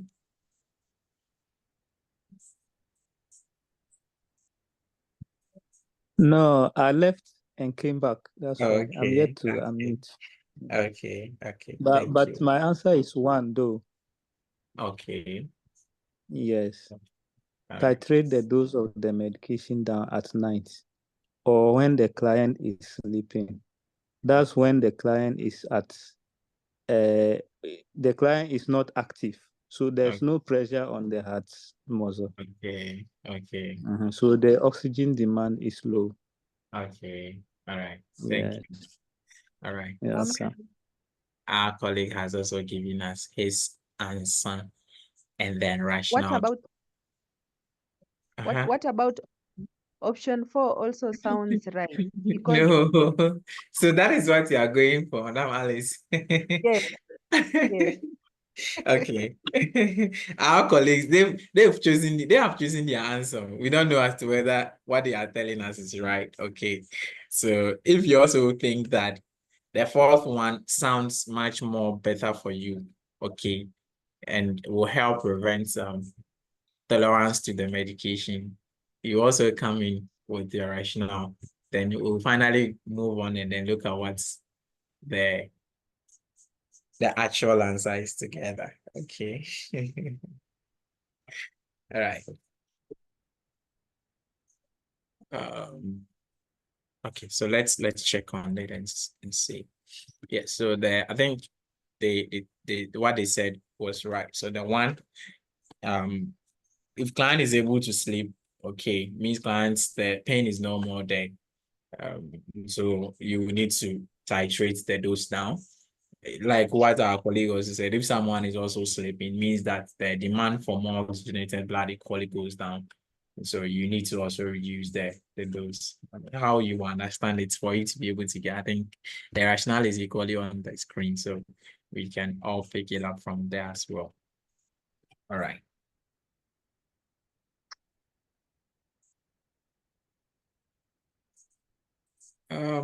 Let's do some few ones, then we'll go to the last batch, then we'll finish the other ones we also had to do for today before time will come. So we have a client who was hospitalized for an acute angina attack. He's been discharged home with nitroglycerin, aspirin, and then heparin.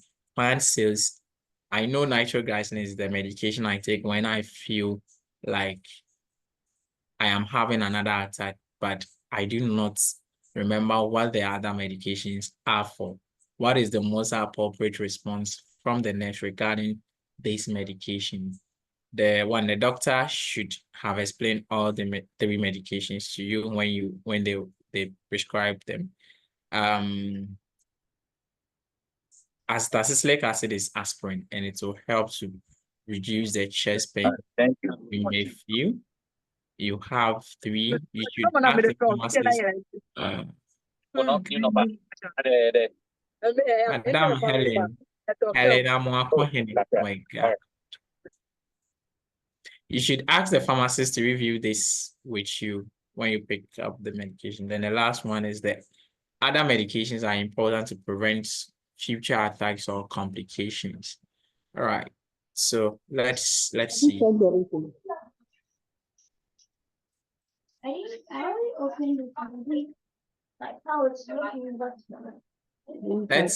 what we have answers here.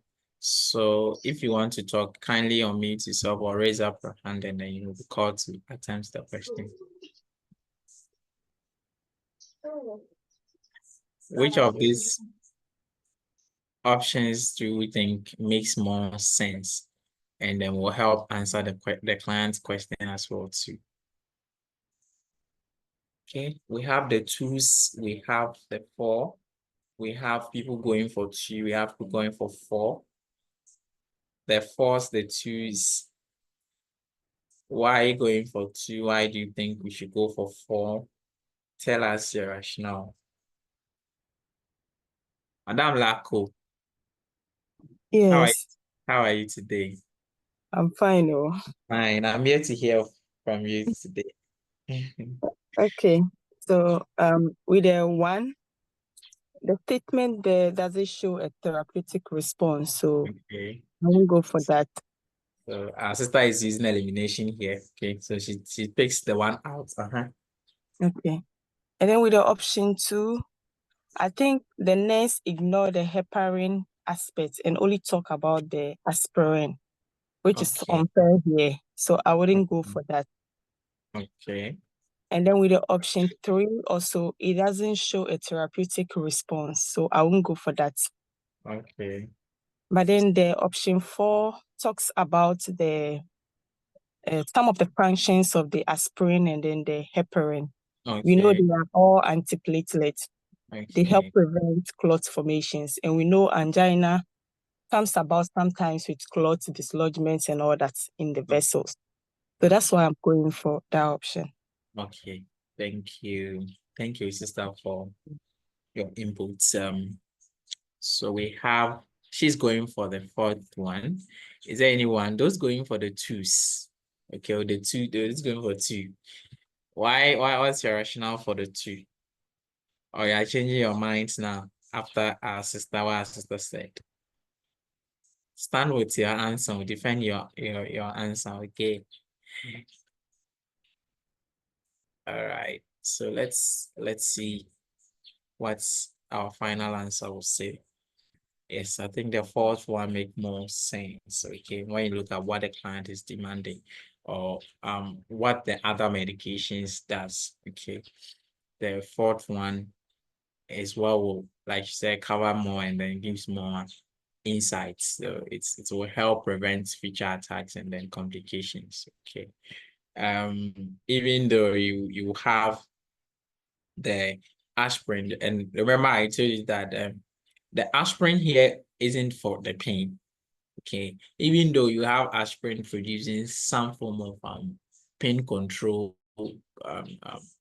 duties or kind of relieving some pain, especially if it's inflammation and those things. So in here, the aspirin being used is not specifically for the pain. It's to help with the platelet aggregation, to prevent platelet aggregation. But the pain in angina is specifically controlled with the what we call the nitroglycerin. So let's do I want us to do, I think there's one question I want to see if that is the next question here. Okay. So not this one, but let's see this and then we move up from here. A client diagnosed with angina pectoris is extremely anxious about being hospitalized.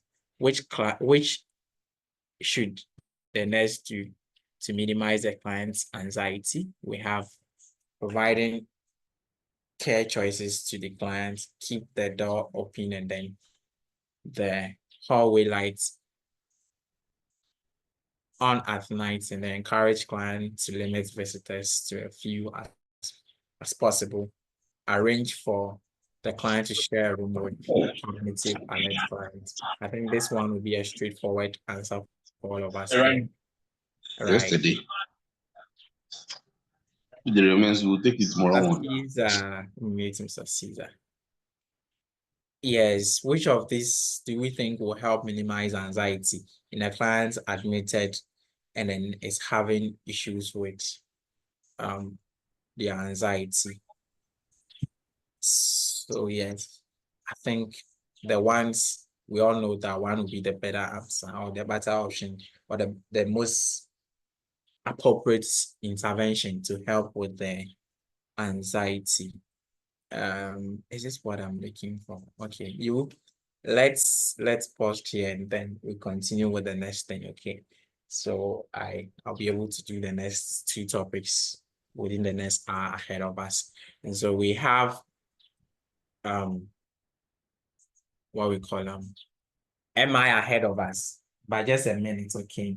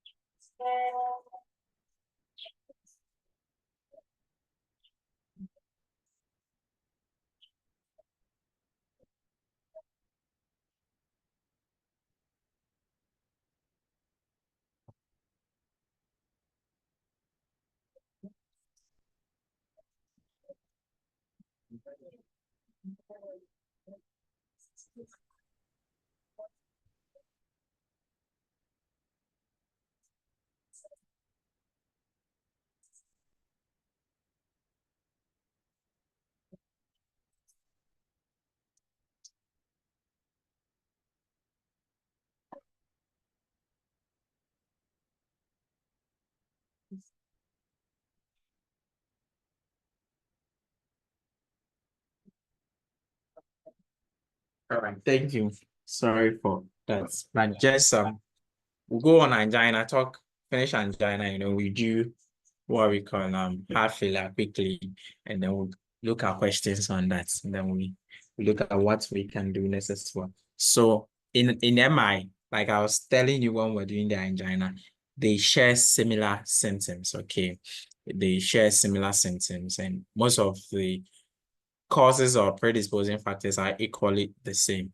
But just what I just want us to understand is that in MI2, when you have myocardial infarction, that's when you are having the cells of the myocardium die, when you have the cells being extremely deprived of oxygenated blood continuously. Okay, and so when that happens, that is when you have MI. That is when you have the heart muscles itself. So angina could be like a symptom of MI, or the pain that comes when the heart muscles are not getting enough blood supply. That's why you can see the pain from there. That's why you talk of angina.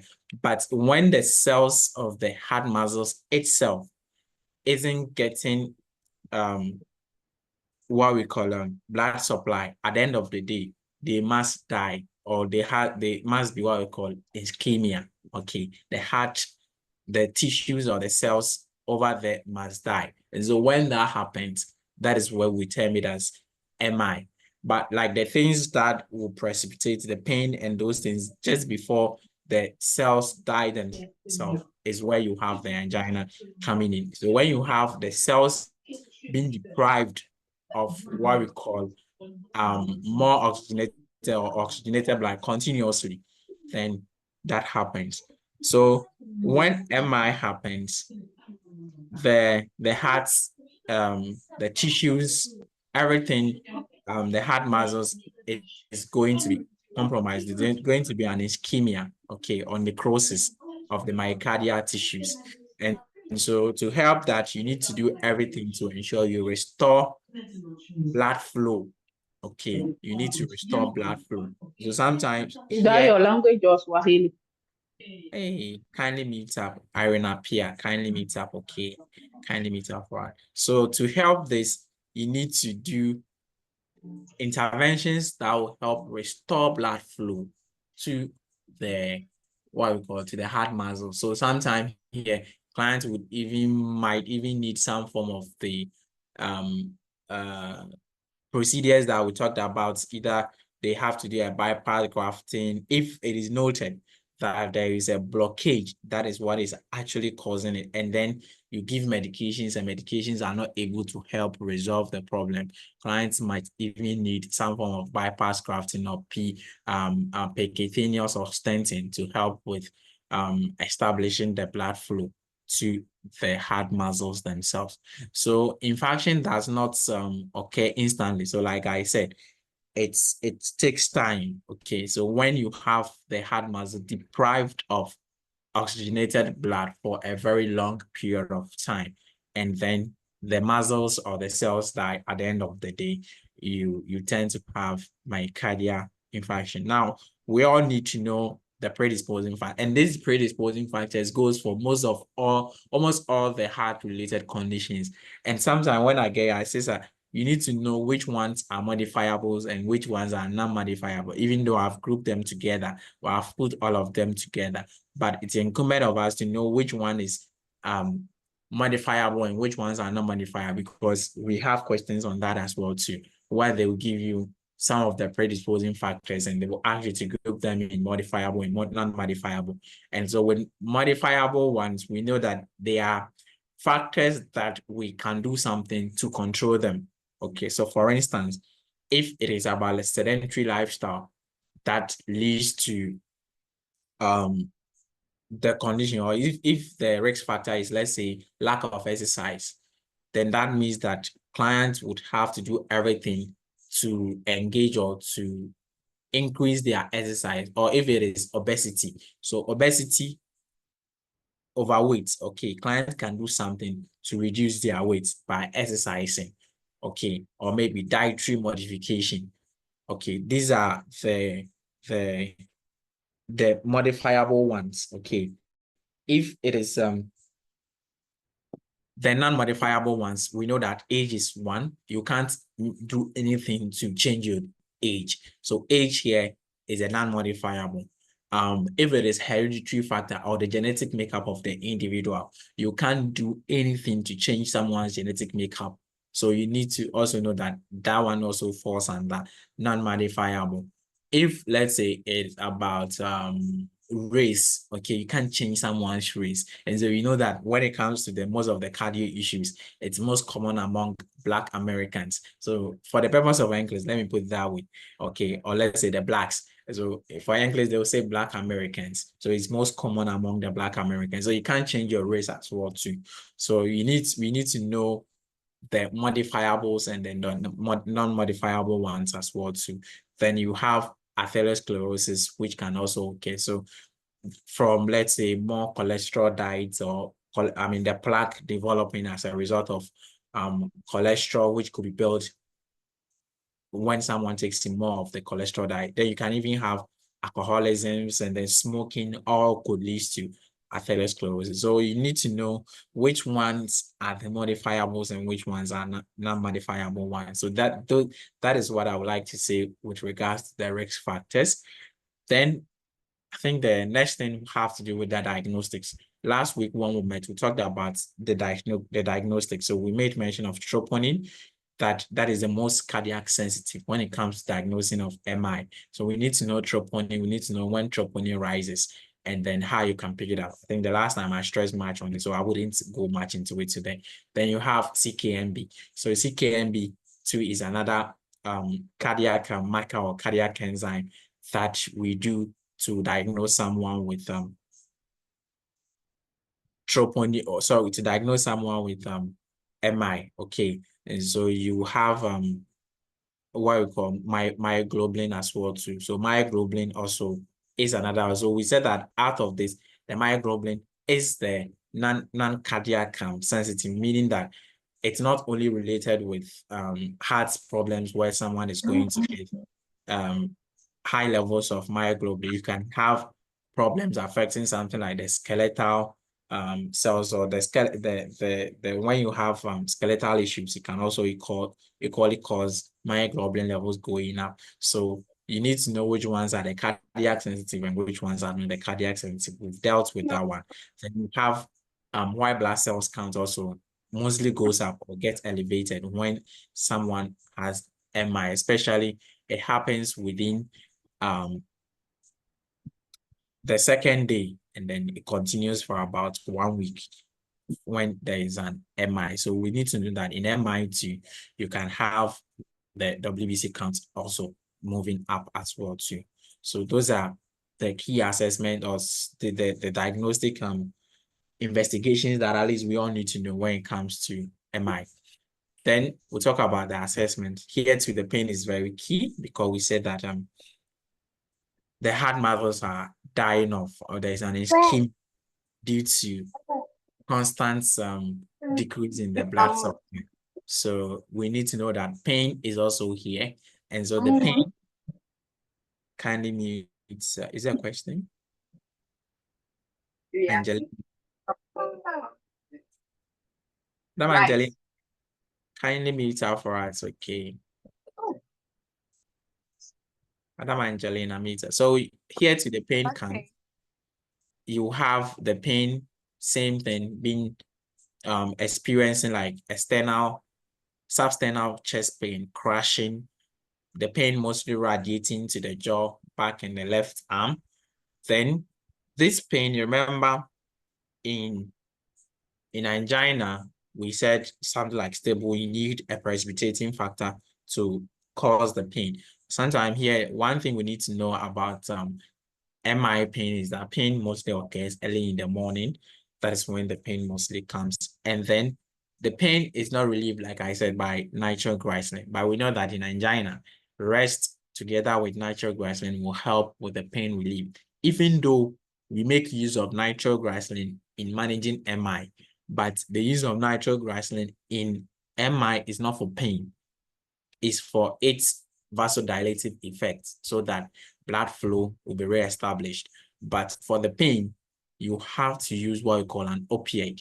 Okay. And so when it comes to talk about the management, and so we learn about MONA. And so I believe that some of us know this acronym MONA, where someone is having MI, you can use MONA to just know which one you do first here. Okay. So your pain medication is what will help, or your opioid is what is used to lessen the pain or control the pain in someone with myocardial infarction, or when someone is having MI, and the pain lasts for 30 minutes or longer. But then in angina, we said the pain is less than 5 minutes or between 15. Some can last for between 15 to 20 minutes. But for angina, MI pain, you have the pain lasting for about 30 minutes or longer.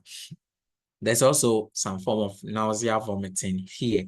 Then you have diaphoresis, dyspnea, then you have dysrhythmia because you have the heart muscles not getting enough blood supply. So there's some form of abnormal heart rates too that you can find with them. Then you have some form of fear, anxiety, and an impending doom, especially when the patient doesn't get the needed support or the needed treatments. Patient thinks that everything is going off. Then we have pallor cyanosis. Because you have dyspnea, the client is going to have issues with oxygen balance. And so all the things that you can relate with when there's decreased oxygen within the system, pallor cyanosis, cold extremities. Okay. And so when you are managing MI, you have to assess for the pulse, and then you compare the pulse as well to know as to whether there is any alteration in the pulse. Okay, that can follow because of the decreased blood supply to the extremities and all those things. Then for women, we call something atypical symptoms. Okay, so they are women tends to experience atypical symptoms of MI. And so when you have, let's say they mentioned maybe a 30-something age or a 40-something old woman brought in with complaints of shortness of breath, fatigue, and then sweating. Okay, then sometimes they will bring in the pain, complaints of pain radiating to the shoulder and the jaw quickly. You need to know that they are atypical symptoms of MI. So you put in place your MI interventions. And then the last time we learned that you can have some form of EKG changes where you have either the non-ST elevation, or you can have the ST elevation myocardial infarction. So for women, they tend to have the non-ST elevation in terms of the EKG changes. Then they can equally have T-wave inversion as well too. So let's know if you've not done EKGs, our EKG slides or EKG recordings are still active. You can contact your supervisor. Your supervisor will send it so that you adapt to the cardio we are doing. So you get much more understanding. Then we have for elderly people, they also tend to, because this one of the complication or one of the end result of MI is heart failure.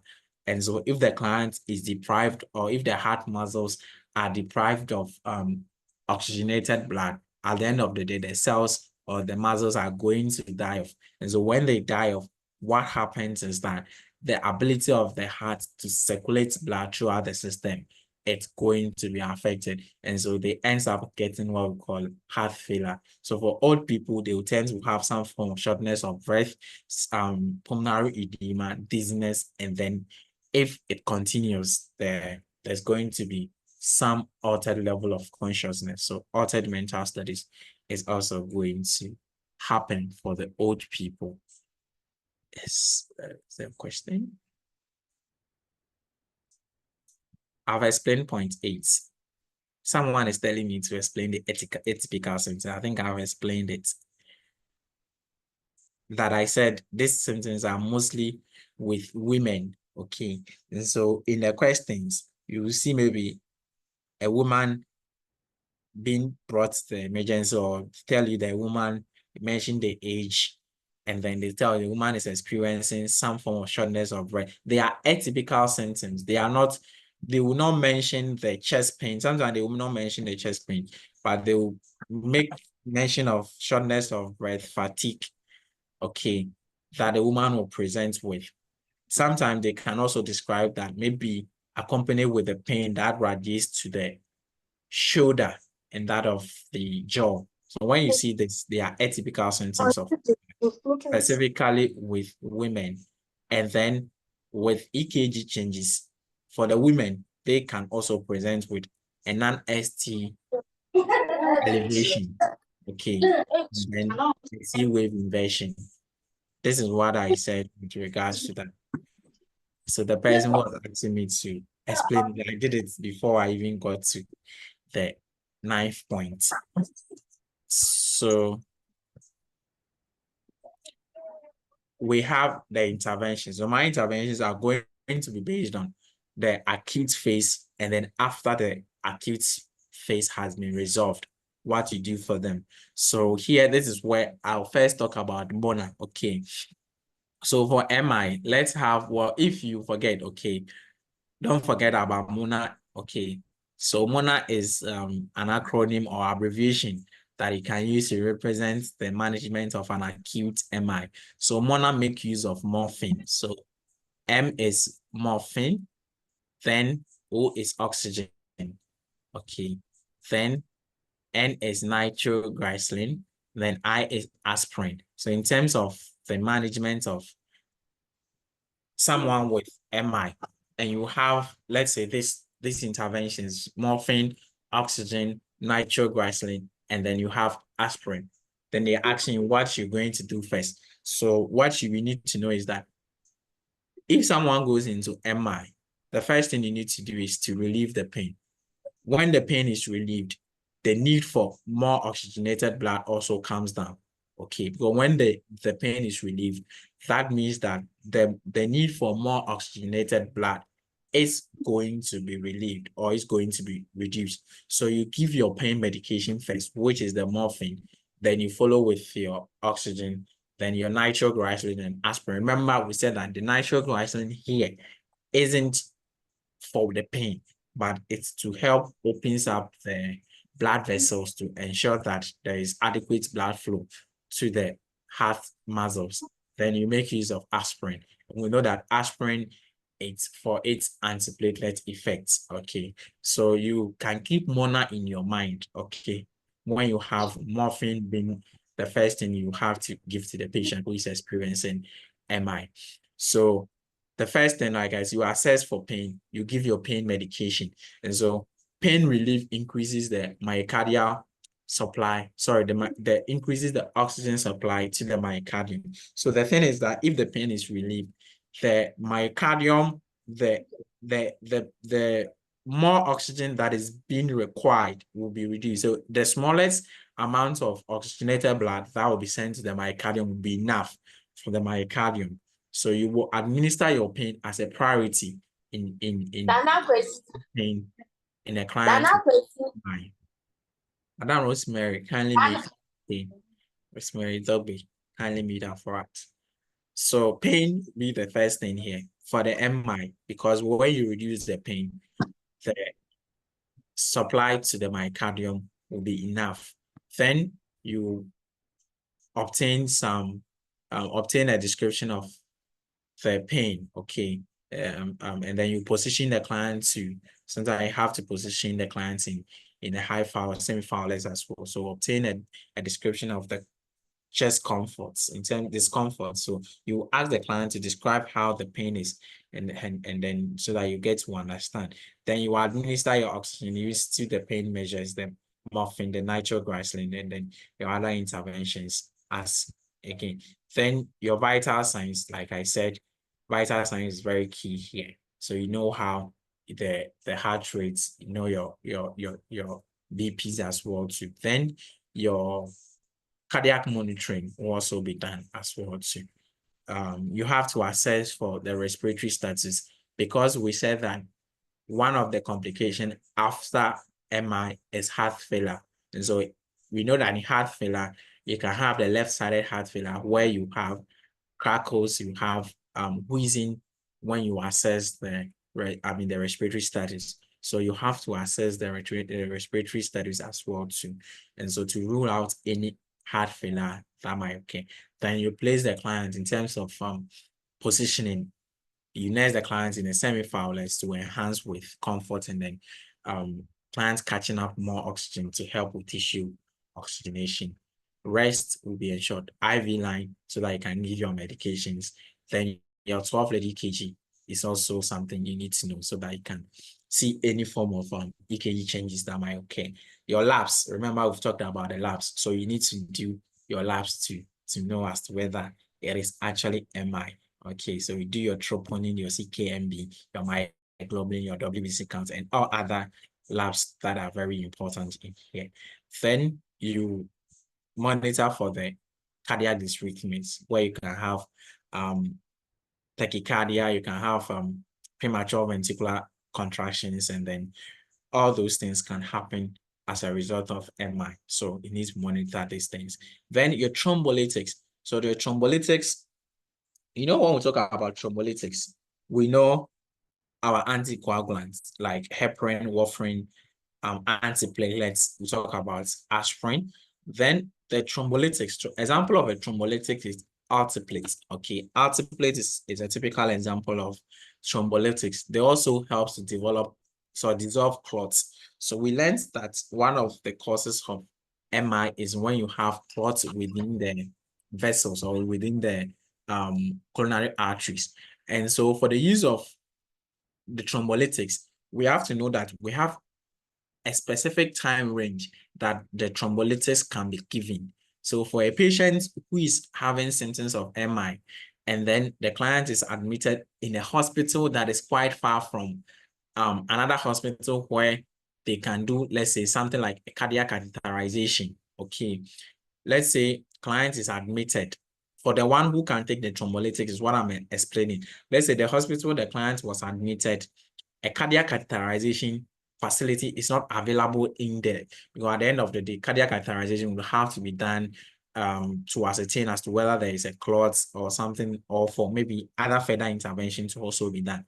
So for the one who can make use of thrombolytics can be used if the incident of the MI occurred within 6 hours, after 6 hours. Okay, for those that cannot have what we call cardiac catheterization to be done, they can take what we call the thrombolytics within a 6-hour period. After 6 hours, you can give your thrombolytics. Okay.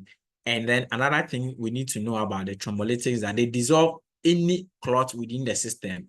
So for those who have read on thrombolytics, you understand that they will say that if a client is having symptoms of, let's say, or the client is having hemorrhagic stroke or hemorrhagic CVA, clients cannot make use of thrombolytics because the thrombolytics will dissolve all the clots and then cause further bleeding into the brain. And so the hemorrhagic stroke will worsen. So we give it for people equally with ischemic stroke as well, because in ischemic stroke, we know there is a blockage. And so that is what is leading to the ischemic stroke. And then any patient who has had any surgery, I think the time range is, I think, within 4 weeks or so, or let's say if it is stated that a client has a recent surgery, okay, the client is also not a candidate for a thrombolytic therapy, because if they take the thrombolytics, they can dissolve all clots. So you have to look at the time. So in using thrombolytics, you look at the time range in which the incident occurred. Clients can make use of it within 6 hours, after which the incident occurs. After 6 hours, the clients cannot make use of it. And then the other things you have to consider, if the client is having any, a history of a history of hemorrhagic stroke, they are not candidate. Or client has a history of a recent surgery being done, client is also not a candidate. Or client has any history of bleeding issues, okay, client is not a candidate for thrombolytics. So you need to educate clients in that direction. You monitor your urine outputs because kidneys can equally be affected. So assess for poor cardiac outputs. Of course, the kidneys would have to equally urine output and all those things. For those who are admitted, you need to monitor those things. And then, like I said, you assess the pulse, because if the heart is not functioning well, blood supply to the extremities are going to be affected. So that means that there's some form of diminished or absent pulses that can happen. And then you assess for the cold extremities as well too. The blood pressure, I've said you have to monitor the blood pressure. Then you administer your medications, your beta blockers. You need to know that the beta blockers will come in to help slow down the heart rate. So you monitor for the side effects of the medications you'll be giving. Then you reassure clients, you continue to monitor clients, and then you go on to the other interventions, the post-acute phase, or the interventions following the acute phase. So that is after the pain, everything has been resolved and probably client is going home. Some of the things you need to educate clients on. So you maintain bed rest if that is prescribed. okay, to lessen the demand for more oxygenated blood. You allow the client to use stand when they want to void or use a bedside commode, so the client doesn't get more exhausted. Then you provide some form of range of motion exercise to prevent the clots that might happen or clot formation. So to prevent thrombus formation. Then in terms of how they move in bed, okay, they would have to do that gradually. So they don't have to dangle their legs anyhow. They have to do that gradually. Then client also ambulates gradually. So you have to encourage clients to ambulate progressively. Okay, so progress to ambulation in the client's room, room, and then bathroom, then in the hallway. So in terms of how clients will move, they have to do that gradually. They don't have to engage in strenuous activity at once.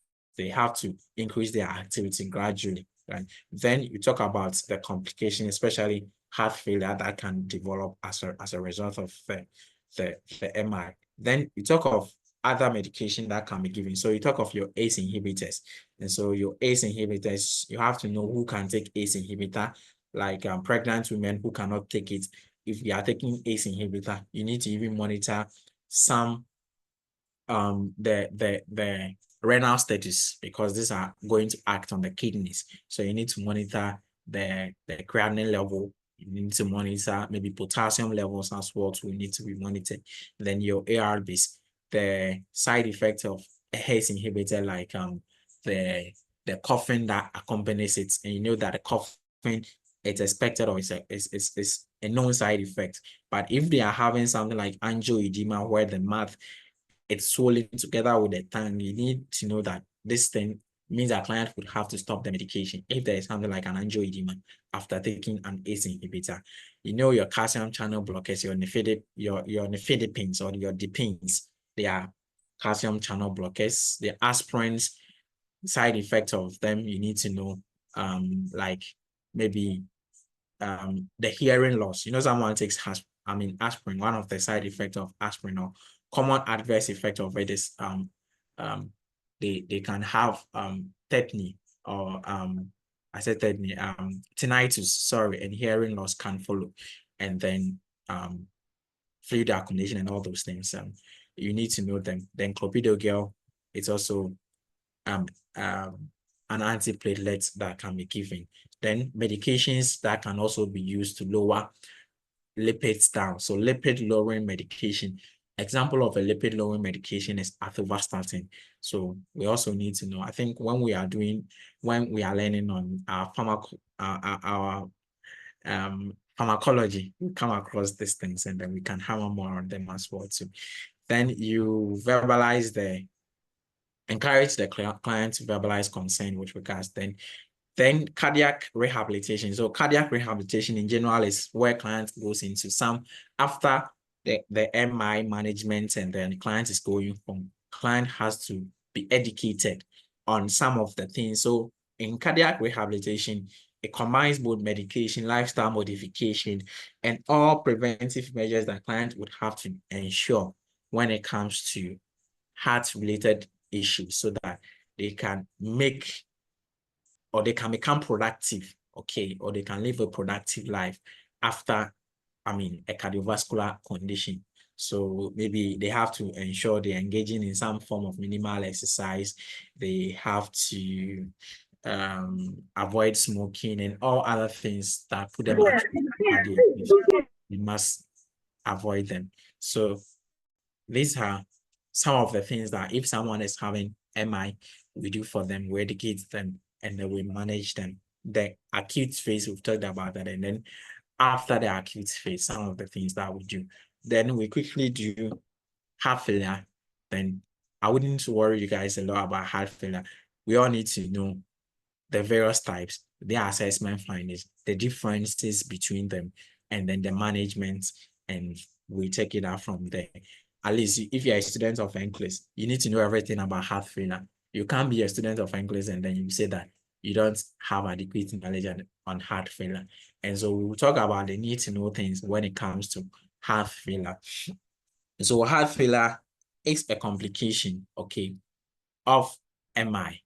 or yeah, it can be other things can equally cause it.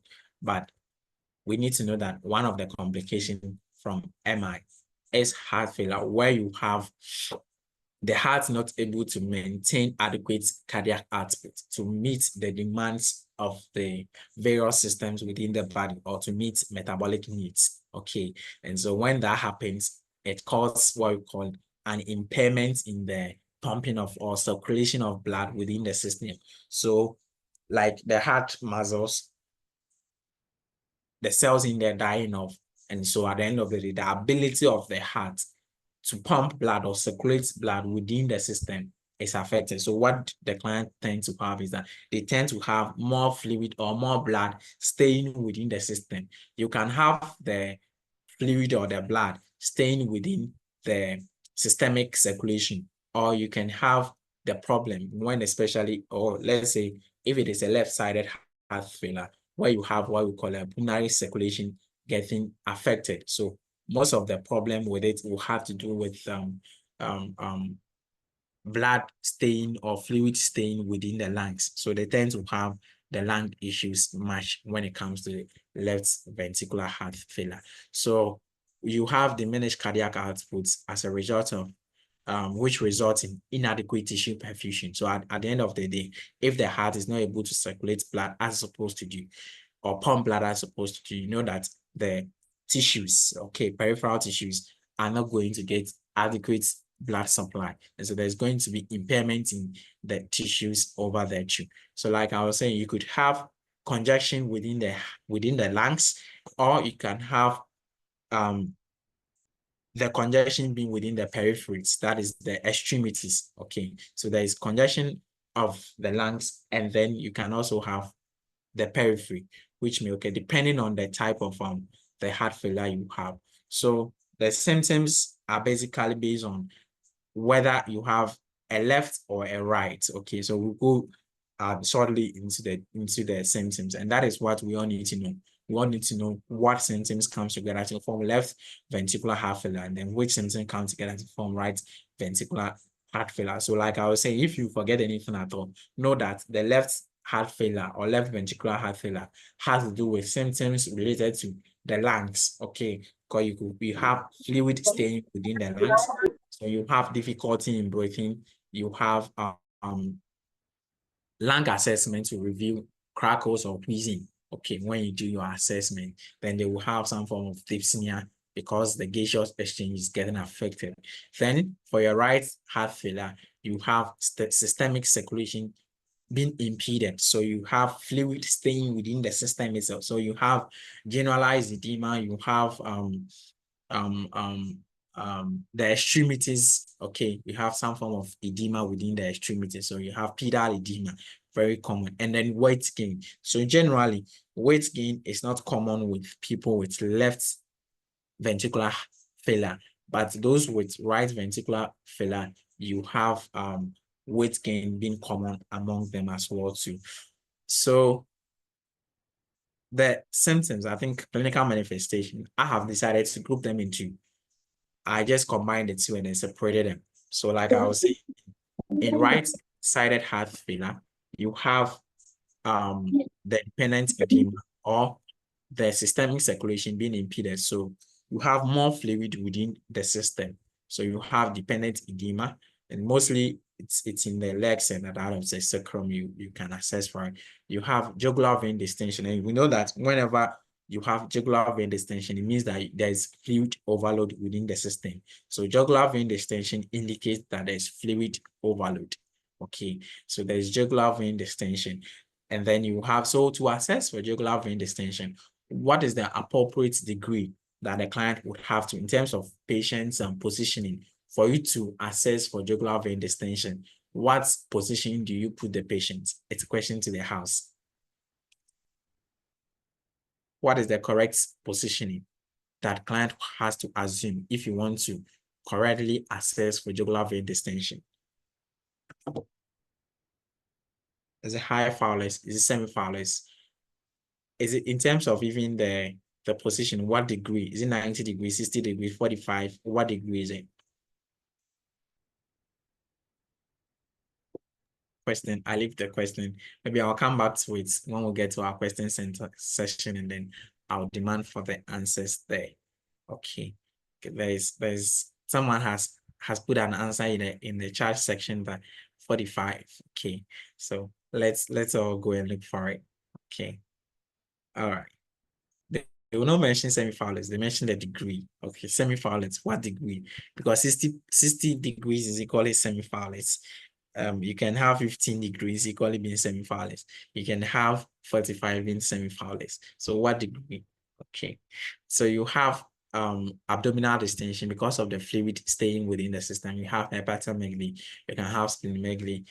You have nausea, vomiting together with weight gain that can equally happen. So I told you that general weight gain is related with right-sided heart failure. Then the client tends to urinate more in the nights because of the fluid within. Then you have the swelling of the fingers and that of the hands, and they can equally either have a hypotension or they can be a hypertension. So increase in BP could result from fluid volume excess. Okay, because we know that when you have more fluid within the system, that is when you have hypertension. And then you can equally have a decreased BP, which is as a result of a pumping failure. So you can have both. So when you have your symptoms or your assessment findings, know that you can have either a hypertension or a hypotension when it comes to heart failure itself. Then the left-sided, I said that you have pulmonary congestion or the lung issues. So you have pulmonary congestion, you have dyspnea, tachycardia, tachypnea due to the difficulty in catching up more oxygenated blood. So you can have, increase in the respiratory rates. Then you have crackles within the lungs. If you do your assessments, okay, because more fluid will be staying within the lungs. So there is crackles, there is dry hacking cough. Then there is some form of nocturnal dyspnea, paroxysmal nocturnal dyspnea as well too. Then here to fluid overload or decrease BP. So a pumping failure can either result in decrease in BP, or when you have fluid staying within the system can equally also cause the BP to also increase as well. So these are the differences, or these are the differences in terms of the assessment findings with both of them. Then generally with pulmonary issues, you have the dyspnea tachycardia. I think I've talked about all these things. You can equally have the client even as having what we call a sputum stain with blood. So they can expatulate large amount of blood stain for sputum. So you can have all these things in your key study questions being described for you. You have anxiety and pending dream and all those things, cyanosis, coldness of the extremities, all as a result of the client having issues with breathing. Okay, so these are the general things, at least when it comes to the pulmonary edema. We need to know the symptoms we can assess with them. Now, when it comes to heart failure, okay, the most challenging thing that client tends to have is when they have the left-sided heart failure where there's pulmonary edema, because it will affect their gaseous exchange. And so if gaseous exchange is affected, that means that, you need to put in place things that will help the clients to relieve their difficulty in breathing, so that the oxygen balance can be maintained. So if you have pulmonary edema, clients comes in, they have SpO2 going down, difficulty in breathing and all those things. What do you do for them? So the first thing you do is you place the client in a high Fowler's position. Okay. If a client comes with symptoms of heart failure, left-sided heart failure, and then they are struggling to breathe, the first thing you do is to, put them in a high Fowler's position, and then that will help with their breathing. Then you stay with the clients, you ask someone else to have the healthcare provider, informed, and then your oxygen will follow. So after placing the client in a high Fowler's position, your oxygen will equally follow up as well too. Then you increase the flow, okay, or the method you are using, depending on what the other is. Your IV fluids, your IV access is very important because you're going to give your lases or you're going to give your furosemide, okay? You're going to give them. So you need to know that you ensure that an IV line is accessed, okay, or is in place. Then your diuretics, okay, so the diuretics are very, very important here. The diuretics will help remove more fluid from the system. So if you are giving your diuretics, you know that the most common form of the diuretic that is used in heart failure is your what? Is your furosemide. So if you are going to give furosemide, you need to know that it is a potassium wasting diuretic. So when you are going to give the diuretic, you need to monitor the potassium level as well too. And then they can equally add up a potassium sparing diuretics together with the wasting.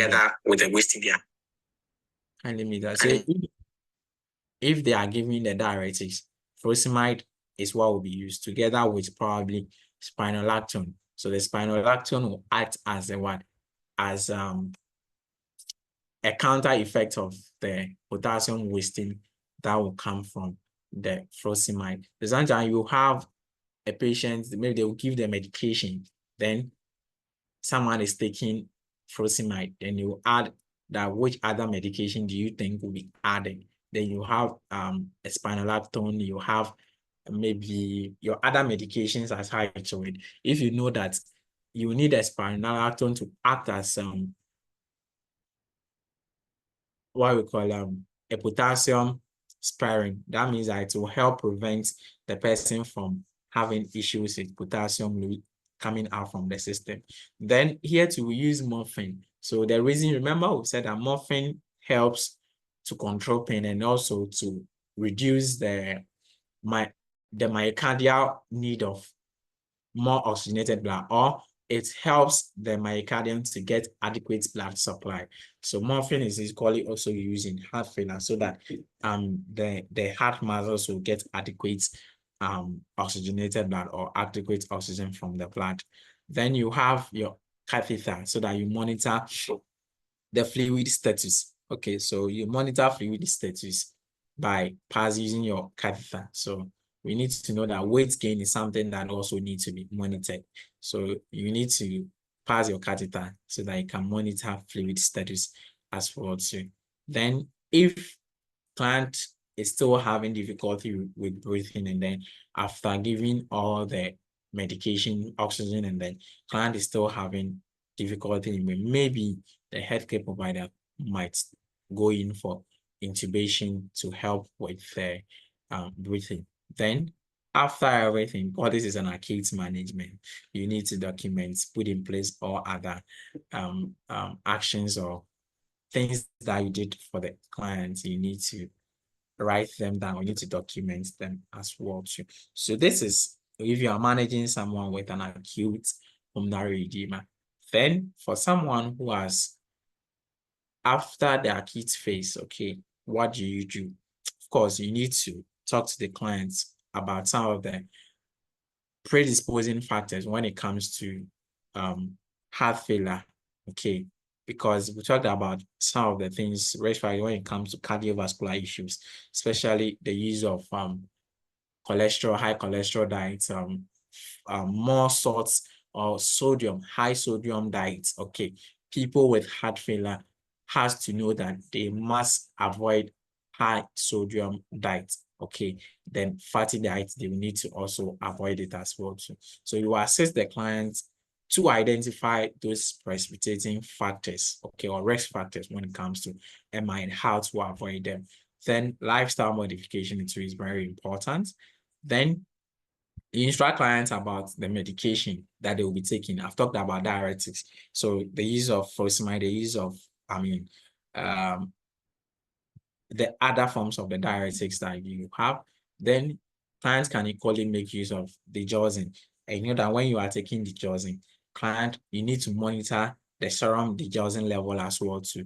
And so we say that the normal serum digoxin level is 0.6 to 1.2. It has the same levels as someone taking or if you are monitoring someone's serum creatinine level, or if you are monitoring creatinine level, we know that creatinine levels, it has the same as that of digoxin. So you need to know the normal digoxin level, and then the symptoms, or when client is experiencing something like nausea, vomiting, okay, we say that they are the early signs of digoxin toxicity. So when someone goes on digoxin and the client is experiencing nausea, vomiting, you have to tell clients to report back, okay, or inform the healthcare provider, because they indicate that the client is going into toxic levels of the medication. So we need to know all these things, okay?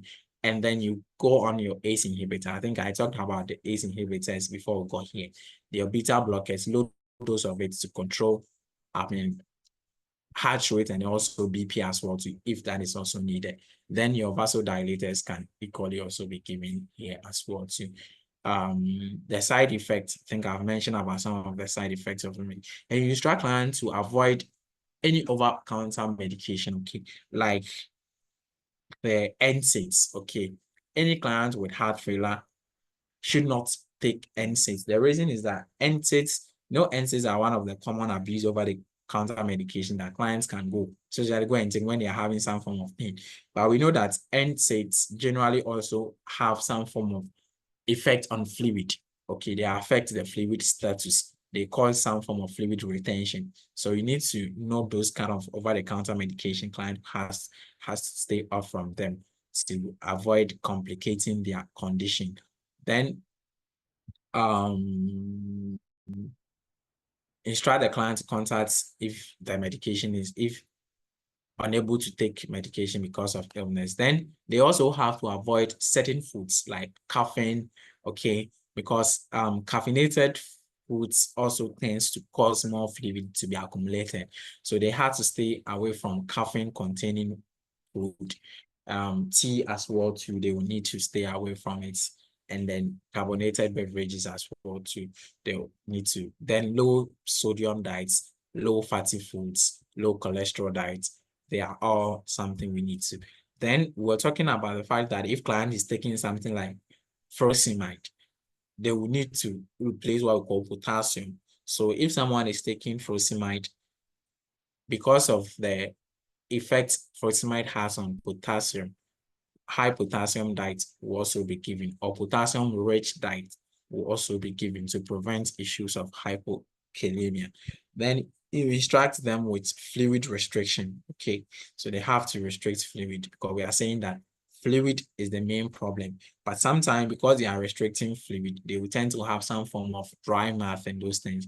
They can control that using a hard candy. So hard candy will help reduce their issues of thirst as well too. Then activities, if they will need to do any form of activity, they will have to ensure they have some form of rest in between their activities. And then isometric exercise being important. Then daily weight monitoring is also very key. Then signs of fluid overload, edema, weight gain.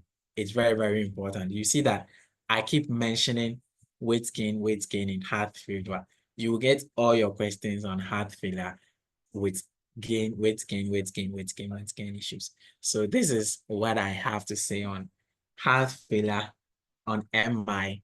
If you have anything you want to say, you can bring it on board. You can add up anything maybe I left off, okay? I might have not covered everything. So if you have anything you want to add up, or a question you want to ask, you can equally bring it on board as well too. Before we go through some few questions on MI and then heart failure.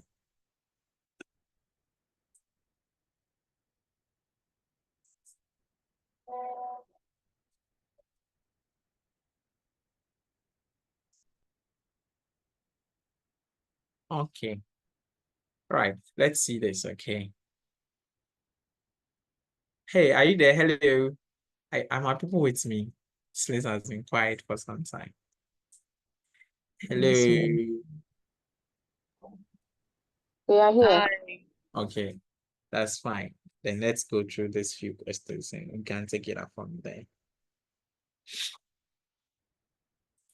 The nurse is caring for a client who recently had cardiac infarction, which of the following diagnostic techniques does the nurse expect to be implemented? Is a factor.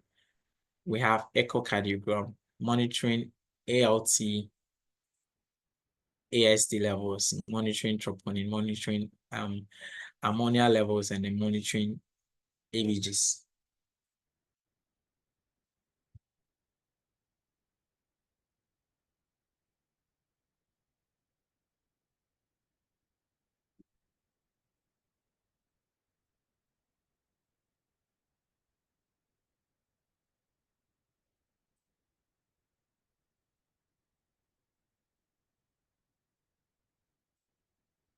Yes, who is answering for us? 135. Some from the comment section who are going for 135. Who's ready to tell us why he or she is going for 135?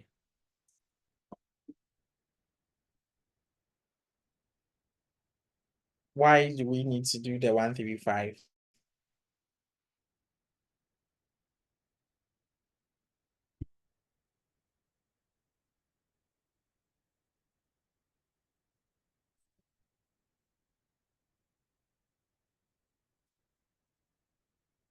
Okay. One is ready to defend the answer, right? Okay. That's okay.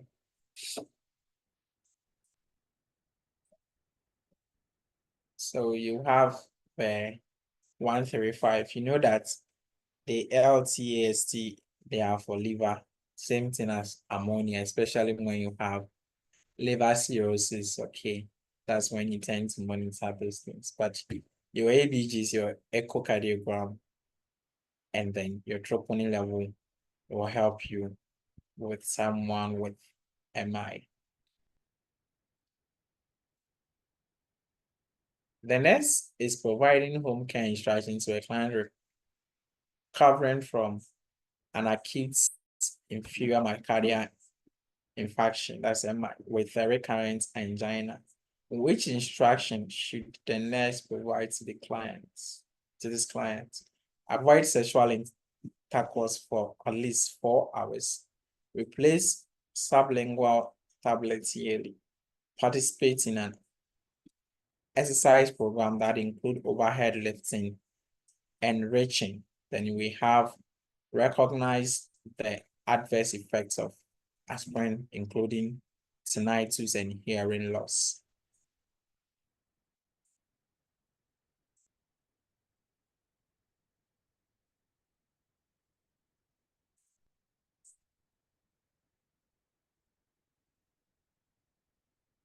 Yes, Madam Priscilla. Okay, please, I would choose option 4. The one says avoid sexual intercourse for at least 4 months, and it's a no because saying you can resume that the clients can resume sexual intercourse if the client is able to climb 2 flights of stairs or walk 1 block without any symptoms, and then replacing sublingual nitroglycerin tablets yearly. You say it should be within 6 months, so that's also out. And participating in an exercise program that includes overhead lifting and reaching. I think that's an example of an isometric exercise which would increase like pressure on the heart. So that one is also out. And recognize the adverse effects of acetocyclic acid, which includes tinnitus and hearing loss. You made mention of that, so that's what I'll go for 4. Okay. All right. Thank you, Madam. Okay. Let's see.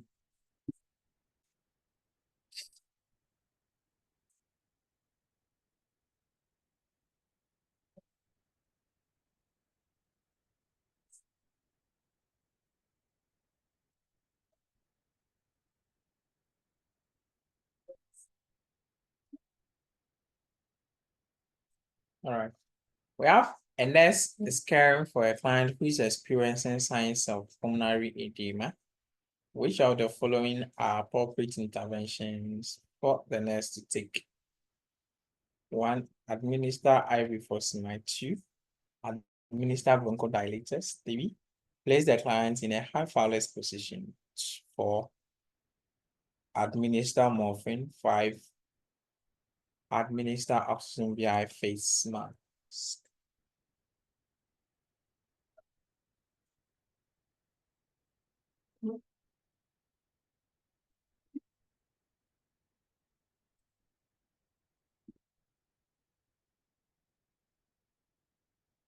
This is SATA. Very open SATA. Yes, where are my people? I'll mute, answer, and let's go. Okay, there's who wish to. Everyone should be able to answer all these things. We've gone through them together. Is that when you go through it together like this? You tend to have the information fresh. Hello. Yes, Madam Mama. Let me try. Okay. So I'll do 1, 3, and then 5. 1, the furosemide is going to reduce the pulmonary congestion. I would also put the patient in high phallus position because then you'll be able to expand the lungs well to aid good breathing, and then I also administer oxygen to reduce the work of breathing. Okay. So you're going for 1, 3, 5. 1, 3, and 5. Yes, please. 1, 3, 5. Okay. All right. Thank you. Who else would want to talk again? Or think something else needs to be added or something else needs to be taken off from the options that our colleague has chosen? Okay, so those going for the 1, 3, 4, 5, Madam Charities, Madam Comforts. Why you guys adding the 4th one? What do you guys think? What are you guys thinking that making you adding the 4th one? Okay, so I'm thinking that pulmonary edema is usually seen in left-sided failure, heart failure. So we are giving them more morphine because patient might be in pain, and then just to help him relieve pain. Okay. Improve my cardiac oxygen supply. Okay. Okay. Thank you. Thank you for your inputs. So we have our colleague going for the adding a 4th one, and she has given us a rationale for adding up the 4th one as well too. But let's see. Yes, so you need to add up the morphine. Okay, so it helps with pain if there is any, and then also help with the pulmonary or the myocardial oxygen demand or supply would also be met as well. So morphine is something that you give in heart failure. Now remember, we don't need a bronchodilator here because the symptoms or the difficulty with breathing is not coming from an issue with the bronchial occlusion. So you wouldn't need a bronchodilator here. Let's take 1 or 2 questions again, and then we try to see if we can drop it here because we are almost running out of time. We have the nurse is caring for a client that has just come into the emergency department due to an acute myocardial infarction. A fibrinolytic therapy is being considered for this client. Which are the following findings should the nurse inform the physician of immediately? We have 1, the client has been having chest pain of 5 hours. The client has 5 to 6 alcohol drinks per week. The client is currently menstruating.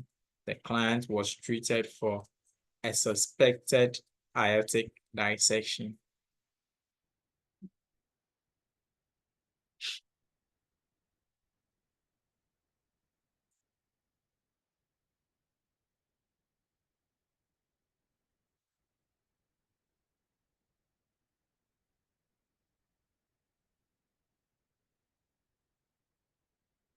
All right, waiting for our answers. So, what do we think we need to inform the healthcare provider immediately based on the therapy that the client is likely going to take?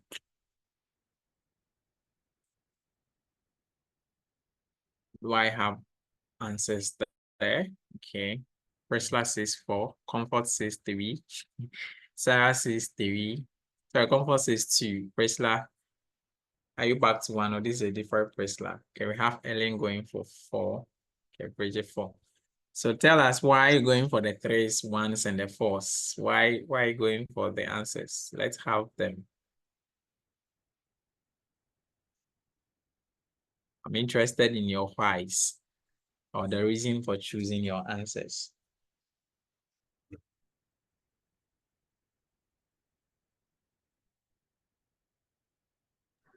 Okay, I think with the fibrolytic is going to break down any clot in the patient's system. So if patient is already menstruating and you give this medication, then patient is going to bleed more. It can maybe land the patient in hypovolemic shock or something. Thank you. Okay, thank you. Dam Sarah has given us her part. Who else? All Hello, right. sir. Yes, Madam Ellen. Please, I'm going for 4. No. Please, can you hear me? Yes, I can hear you. Go ahead. I think fibrinolytics tend to cause bleeding, and the aortic dissection is a tear in the inner layer of the heart muscle. So once there's a tear, I think there will be bleeding as well. So if a client has that and you are giving fibrinolytics, it should inform the physician immediately. Thank you. Okay. Okay. All right. Thank you. So we've had the 3s. Sorry, the 3s have defended, or someone who chose the 3, 4 has defended. What of those going for the 1s?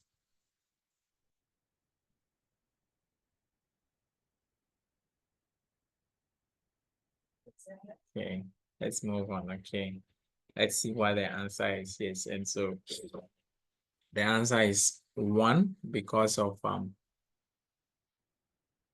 the fact that we said that this form of the fibrinolytic will cause what we call could affect if someone has had any form of surgery or procedure, that if you take any medication that will cause more bleeding, you need to make a follow-up on that as well. The what is it? The menstrual bleeding, it's normal, and then it's not really contraindication with the fibrinolytic therapy, and it will not cause any form of excessive bleeding as well too. All right, and we talked about the pain in terms of the, I think this should be our last but one before we end. This is the question on assessing for jugular vein. Okay, so we have the nurse suspects fluid overload in a client with heart failure. Which position would the nurse place the client to test for the presence of jugular venous distension? We have client seated at 135 degrees angle. Then we have a high Fowler's position. We have a Trendelenburg position. We have a lithotomy position. So I believe after this, we'll all learn from which position you can, if you want to assess for jugular vein distension, you put the client in. Okay.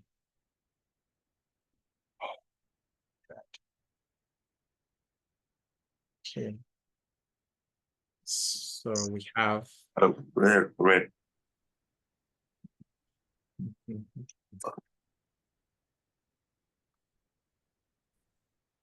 the charts section.